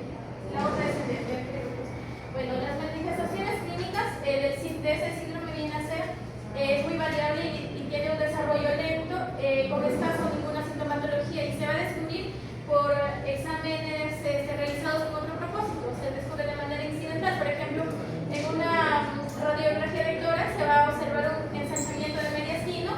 Por ejemplo, cuando hay manifestaciones ya que se han propagado a otros órganos, por ejemplo, un tumor que está obstruyendo el esófago, se va a provocar una disfagia, pero hay ocasiones que se va a presentar de manera brusca el llamado la mediastinitis aguda, que requiere de tratamiento urgente. Bueno, ¿a qué se van a deber las manifestaciones de ese síndrome? Viene a ser a infecciones, masas obstructivas, procesos necrosantes y la formación quística. Bueno, va a depender esto si el proceso viene a ser maligno o benigno, la velocidad y el tamaño, la localización y la presencia o ausencia de otras enfermedades. Bueno, el mediastino anterior viene a ser la ubicación más común donde se van a sentar aquí las masas mediastínicas en los adultos, y para ello hay una mnemotecnia que viene a ser las 4T, que viene a ser el timoma, que viene a ser un tumor de epitelio químico, el teratoma o tumor de las células germinales, viene a ser derivan de las células germinales potenciales, las tres capas germinales se van a formar estructuras. Y luego tenemos el terrible linfoma, que viene a ser el linfoma de Hodgkin o no Hodgkin, y el tejido tiroideo, que puede presentarse con bocio retrocernal.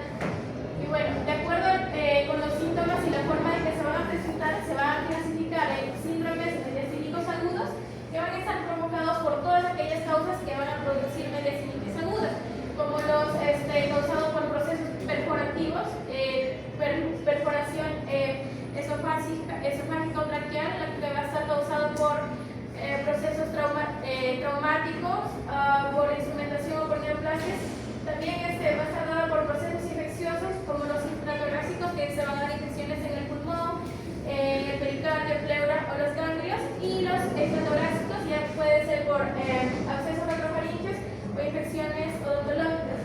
Y también los postquirúrgicos que van tratados por la cirugía de revascularización miocardia. Bueno, esas manifestaciones van a estar tratadas por dolor intenso, fiebre alta, disnea, taquicardia y deterioro del estado general, lo cual va a requerir una atención inmediata. El síndrome mediastínico sintomático, bueno, como lo mencioné, estos se van a encontrar de manera incidental y se van a encontrar a través de tomografía, radiografías o resonancias magnéticas. Y tenemos también síndromes mediastínicos con síntomas sistémicos. Aquí vamos a tener los compatibles con miastenia gravis. Bueno, la miastenia gravis viene a ser una enfermedad autoinmune que se va a caracterizar por una alteración en la transmisión neuromuscular, y bueno, se va a tener síntomas de debilidad muscular, dosis palpebral o caída del párpado. También va a tener estos síntomas. La debilidad va a empeorar durante el día y va a mejorar durante el descanso. Los están asociados al timoma. Bueno, en el timo se va a madurar los linfocitos T, y estos al haber una alteración en el timo, estos linfocitos T van a atacar a los receptores de la acetilcolina, que viene a ser esencial para la transmisión neuromuscular. Luego tenemos al síndrome de impregnación asociado o no a los síndromes de prolongado. Esto viene a ser secundario al compromiso de los ganglios del mediastino por alguna de las siguientes causas. Puede ser el linfoma de Hodgkin y no Hodgkin, enfermedad de Castleman, carcinoma metástico, infecciones como la tuberculosis, la isoplasmosis o la sarcoidosis. Y también tenemos los síntomas secundarios a la hipercalcemia y alteraciones del metabolismo fosfocálcico. Estos generalmente se van a dar por un hiperparatiroidismo primario que está causado el 80% por un adenoma paratiroideo que va a hacer secretar la paratormona, y por ejemplo va a generar síntomas en los huesos. Por ejemplo, la paratormona está encargada de mantener el calcio en la sangre, va a ocasionar la resorción ósea y va a causar una osteoporosis o una osteopenia. También va, al haber mayor cantidad de calcio en la sangre, el calcio está involucrado en la contracción neuromuscular, y entonces va a haber una debilidad, una fatiga, una debilidad y fatiga. Y bueno, por ejemplo, también la paratormona tiene acciones en el fósforo, lo que va a incrementar su debilitación. Va a haber una litiasis renal y se empeora esos síntomas. Va a haber una depresión, una confusión y un coma. Bueno, hay un cuadro comparativo de la mayor de los síntomas que se van a dar de acuerdo al compartimiento del superior. Por ejemplo, va a haber timomas, quistes, tumores seminales, linfomas, lipomas. En el compartimento medio va a haber adenomegalias, metástasis, quistes pericárdicos, porque vamos a encontrar pericardio. Y en el compartimento posterior va a haber el neurofibroma, por ejemplo, ganglioneuroma y quiste gastroentérico. Y los síndromes mediastínicos son síntomas locales. Las masas mediastínicas van a producir manifestaciones por comprensión, invasión o desplazamiento. En ese caso puede haber tos por comprensión de la tráquea o bronquio principal. Va a haber hemoptisis, se va a deber generalmente a un tumor broncogénico. También va a haber estridor respiratorio. Eso va a ser por estrechamiento de la tráquea o por parálisis bilateral de las cuerdas vocales. También va a haber disnea, que viene a ser por comprensión de la tráquea o bronquio principal, o por parálisis de los nervios frénicos. También va a haber el dolor retroesternal, ese viene a ser más frecuente en las etiologías malignas. También va a haber ronquera por la pérdida de funcionalidad del nervio frénico, y la disfagia por comprensión del esófago. Disfagia, ¿no? Sí. Son los síntomas que tienen pues el tipo de síndrome mediastínico, ¿no? Sí, con las masas y lo van a estar comprimiendo más que todo en las estructuras. Disfagia, ¿qué más? Hemoptisis. Disputo por sangre. Va a haber tos por la comprensión de la tráquea y bronquio principal. Va a haber la disnea, ronquera y dolor retroesternal. Le rompe el pecho, ¿no? ¿Por qué creen que le rompe el pecho, chicos? Está sufriendo algún bronquio, ¿no? ¿Sí? ¿Qué más? La tos, Y el estridor es inspiratorio. Tos crónica, ¿no? ¿Baja el peso ahora? Claro. Los tumores germinales de la toma, ya fijo. Y bueno, otras formas de presentación vienen a ser como el síndrome de la cava superior, que viene a ser un conjunto de signos y síntomas que van a causar la obstrucción del flujo sanguíneo de la vena cava. Y esta va a causar, por ejemplo, un enrojecimiento del rostro, va a haber plétora facial que viene a ser edema en el rostro, también ingurgitación muscular. Entonces, si es que está sobre la desembocadura de los ácidos, ¿qué va a pasar aquí? Se va a necesitar compensar o regresar la sangre que está obstruida por las venas alternas. Entonces, vemos lo que va a haber, van a estar más pronunciadas y van a estar tortuosas las venas que estamos observando. ¿Cómo se llama ese edema? Edema en esclarina. Edema en esclarina, ¿ya? ¿Y cómo se llama ese signo? Lo pone el paciente, levanta los brazos y se pone roja la cara. Tiene un nombre, ¿cómo se llama? ¿Cómo se llama? Hable duro. No lo escucho. No lo escucho. Habla duro. Signo de Pemberton. Ya chicos, ¿quién consiste el signo de Pemberton? Levanten todas las manos. Todos, levanten. Izquierda. La cara se vuelve rojo, chicos. ¿Qué está pasando? Hay alguna masa en el mediastino, principalmente un cáncer de pulmón. ¿Ya? ¿Alguien se puso rojo? Nadie. Entonces no hay cáncer de pulmón. Signo de Pemberton, ya no se olviden, ¿no? Pregunta examen. ¿Qué es el signo de Pemberton? Alzar las manos, cara rubicuda, plétora facial se llama eso. ¿Y qué debemos descartar? Neoplasia maligna de pulmón. ¿Ya? ¿En dónde? ¿En qué síndrome? Se ve eso. Ahí está. Este paréntesis se ve en el síndrome de la vena cava superior. ¿Se ve? Síndrome de la vena cava superior. Síndrome de Pemberton. B de bueno, no se ve. Dale lo que Aquí está observando que es el diámetro cervical aumentado y esas son las causas más frecuentes en el carcinoma broncogénico, las linfomas, y muy rara vez está dado por patologías malignas. Luego tenemos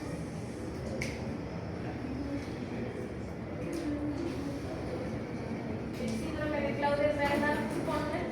Bueno, ese se va a producir por la lesión de los ganglios linfáticos cervicales inferiores. La causa más frecuente viene a ser carcinoma broncogénico.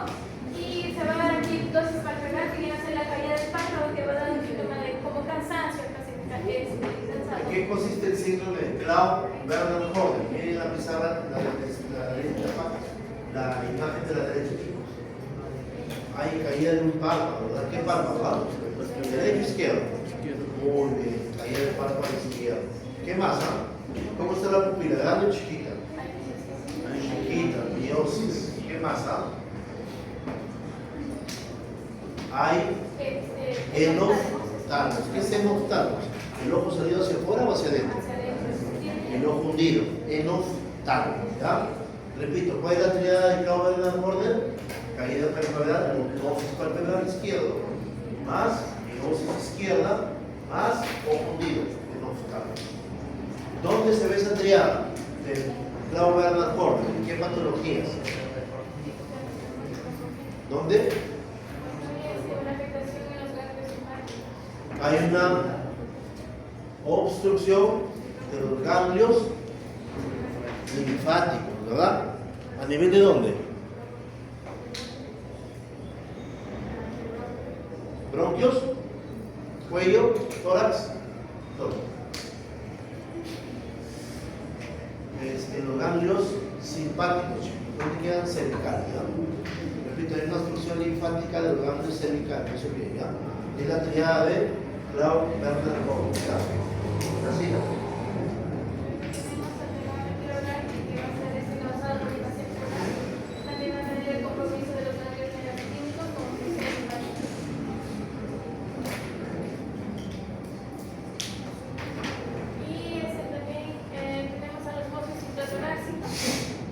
Bueno, va a causar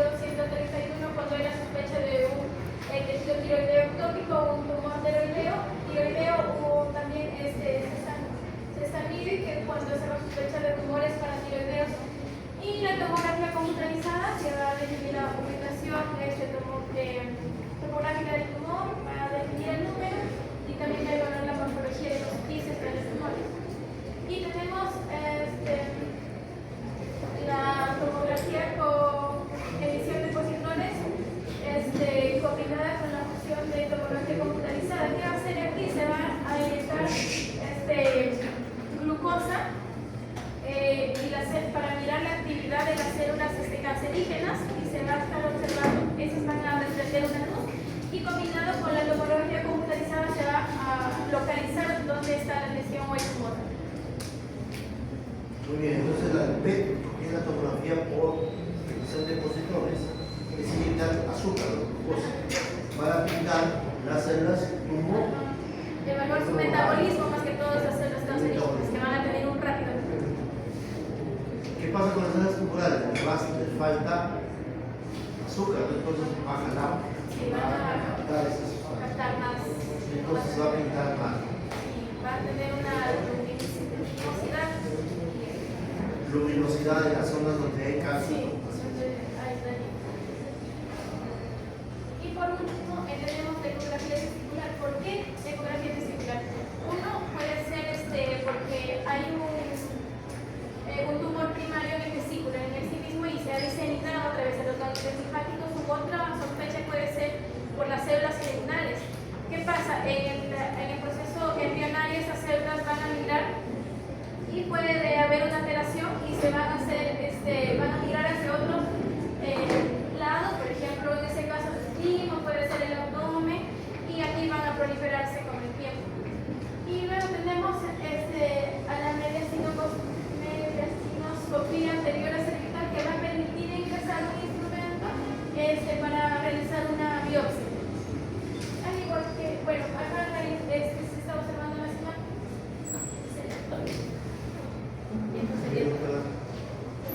Ahora pasamos a, es importante este signo, que se informa chicos de suficiencia. Con la exposición, el síndrome de insuficiencia respiratoria se define más como la incapacidad del aparato respiratorio para dar intercambio gaseoso, o sea, más bien por la inspirada y por la sangre venosa. Donde mayormente cuando un paciente se va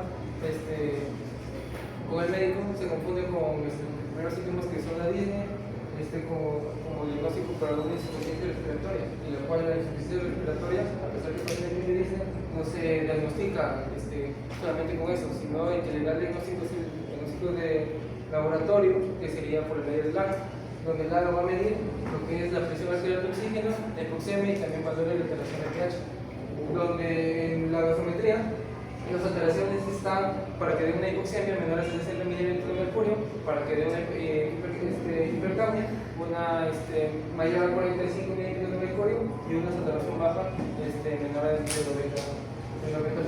A ver, anoten, todos anoten, ¿ya? Valores del síndrome de insuficiencia respiratoria. Valores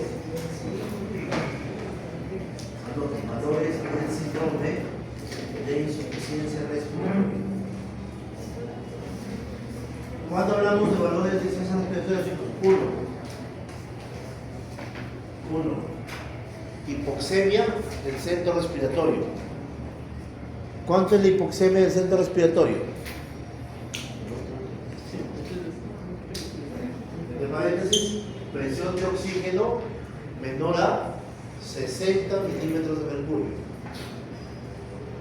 Presión de oxígeno menor a 60 milímetros de mercurio. ¿Ah? Punto aparte. 2. Hipercambia.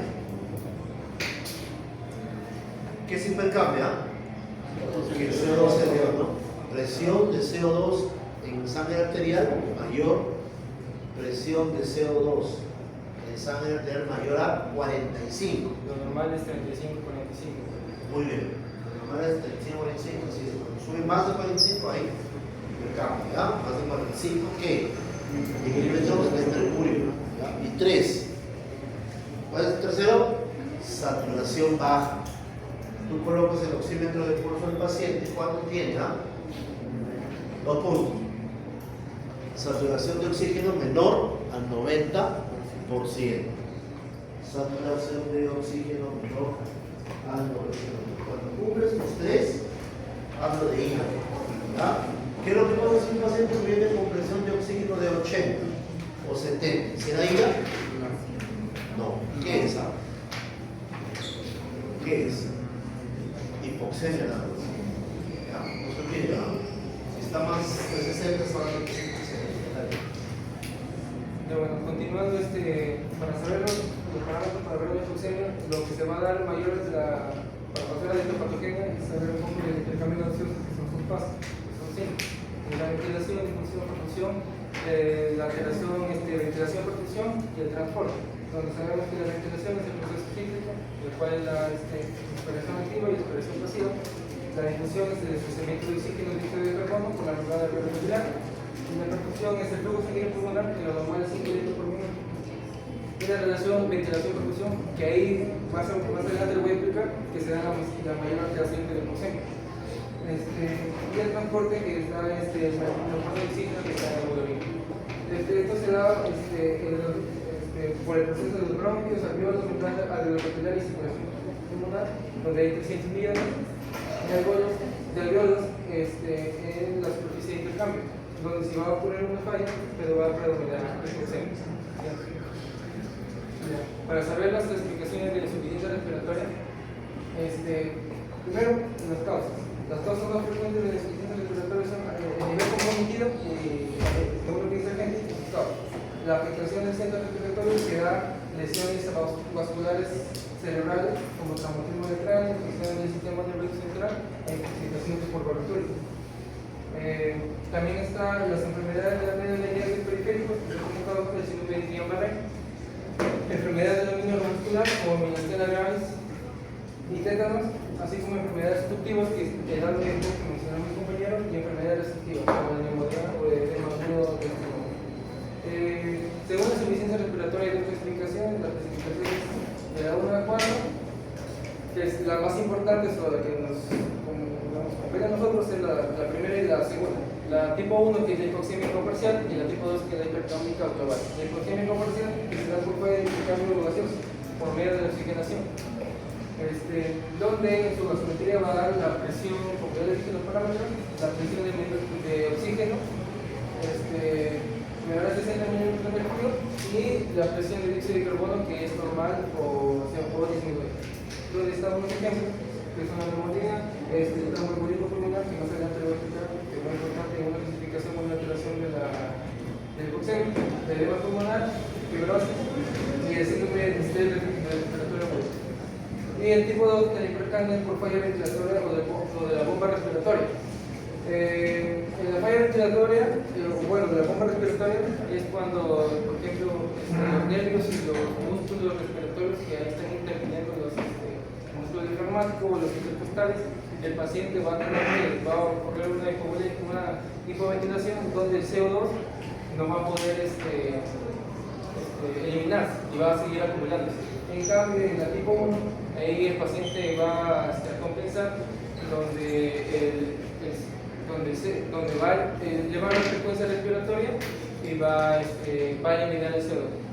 En su clasificación, según su duración, está aguda, que es como un inicio brusco reciente, sin enfermedad previa, con patologías descompensadas como infección, neumotoras, tromboembolismo pulmonar masivo, lo cual va a requerir un manejo inmediato y puede hacer una reversibilidad posible. Y crónica es el BOM en estado avanzado con estadio de insuficiencia cardíaca.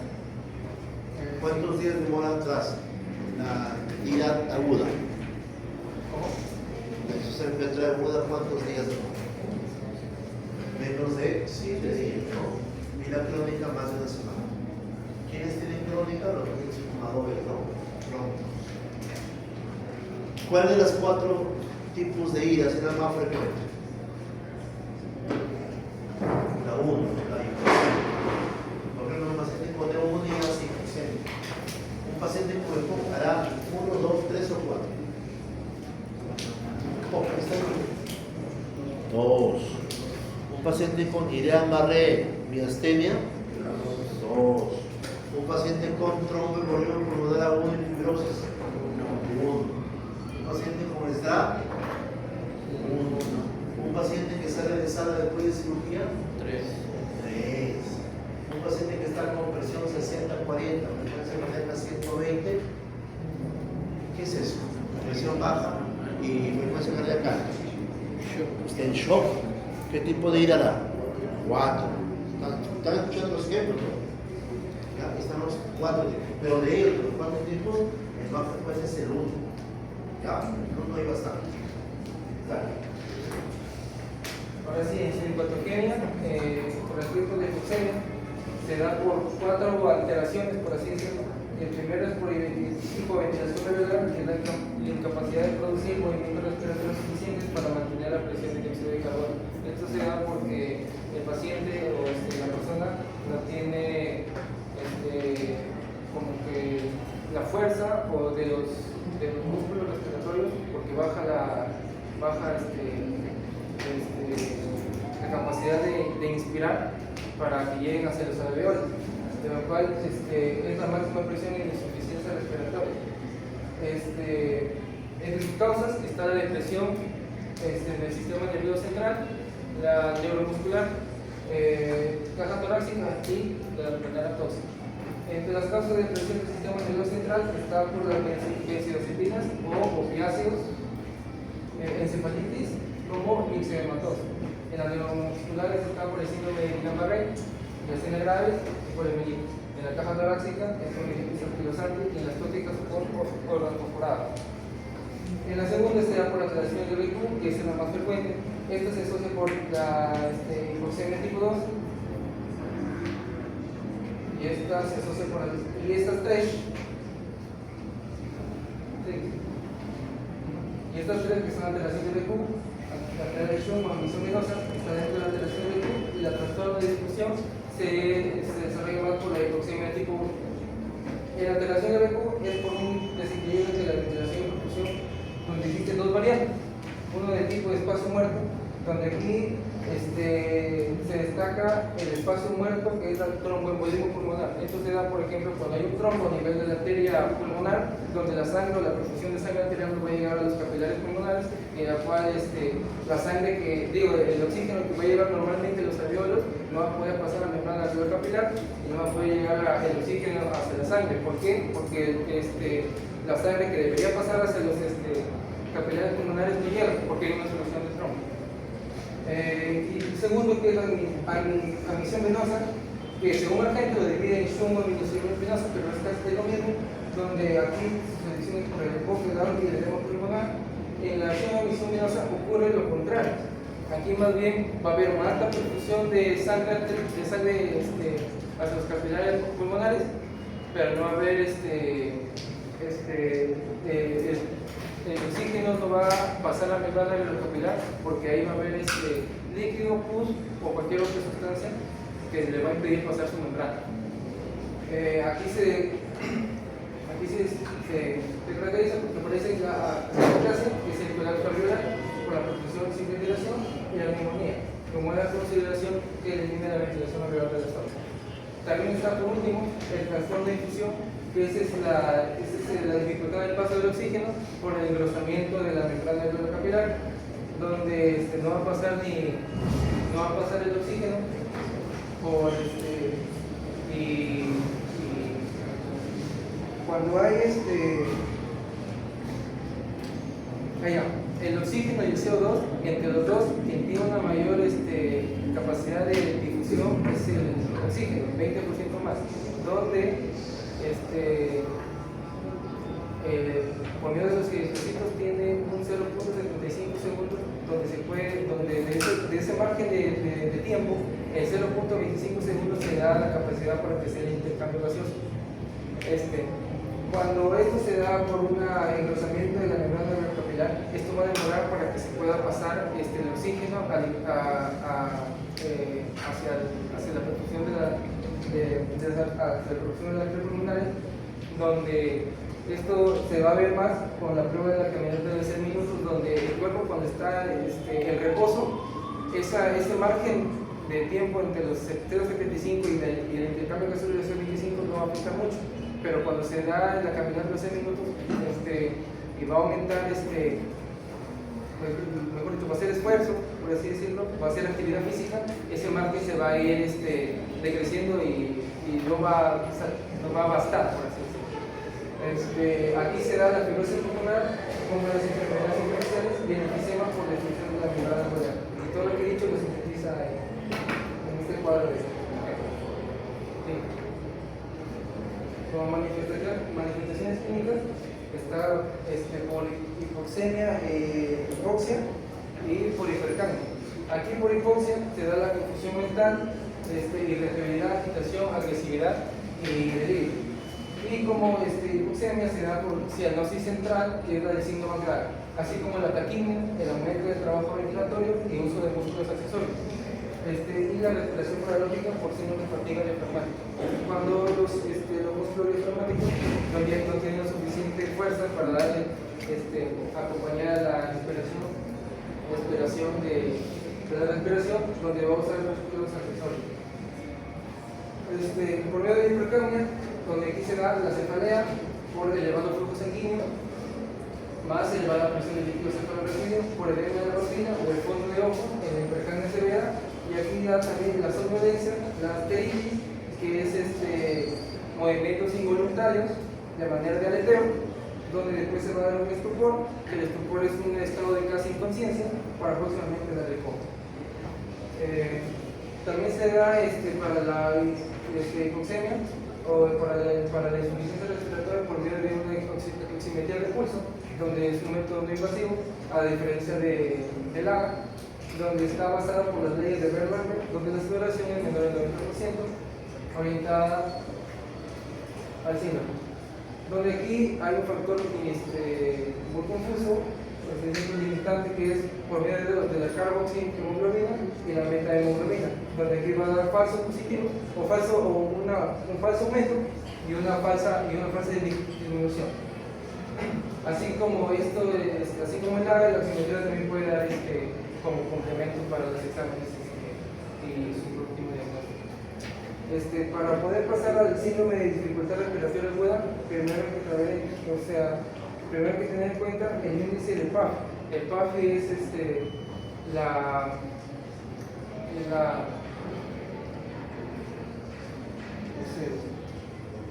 división, la presión parcial. Es la determinación de la cantidad de oxígeno en sangre arterial con la cantidad de oxígeno administrado. Siguiente.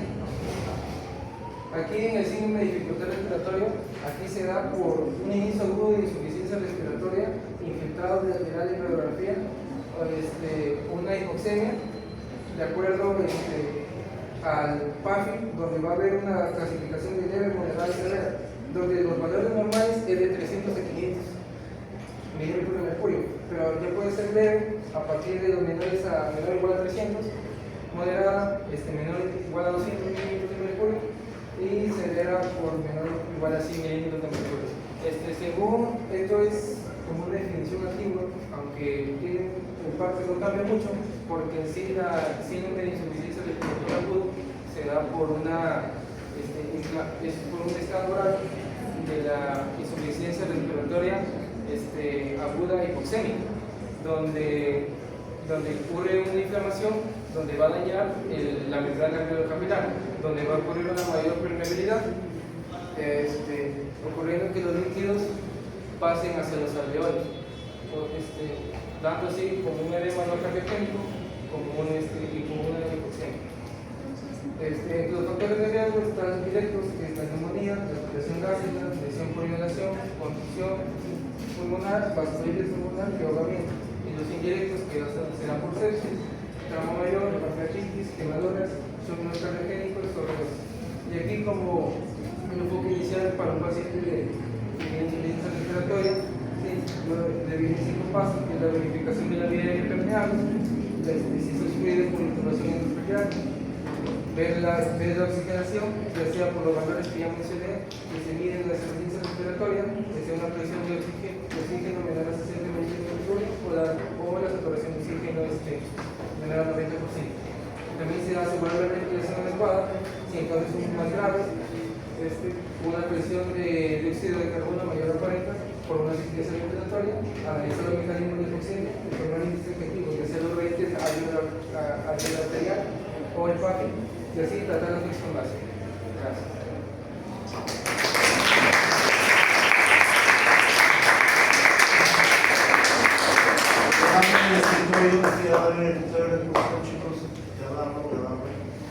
Baja y graba el escritorio.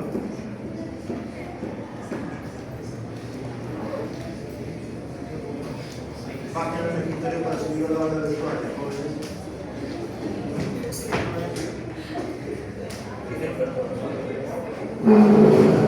¿Subieron? ¿Ya? ¿Están subiendo?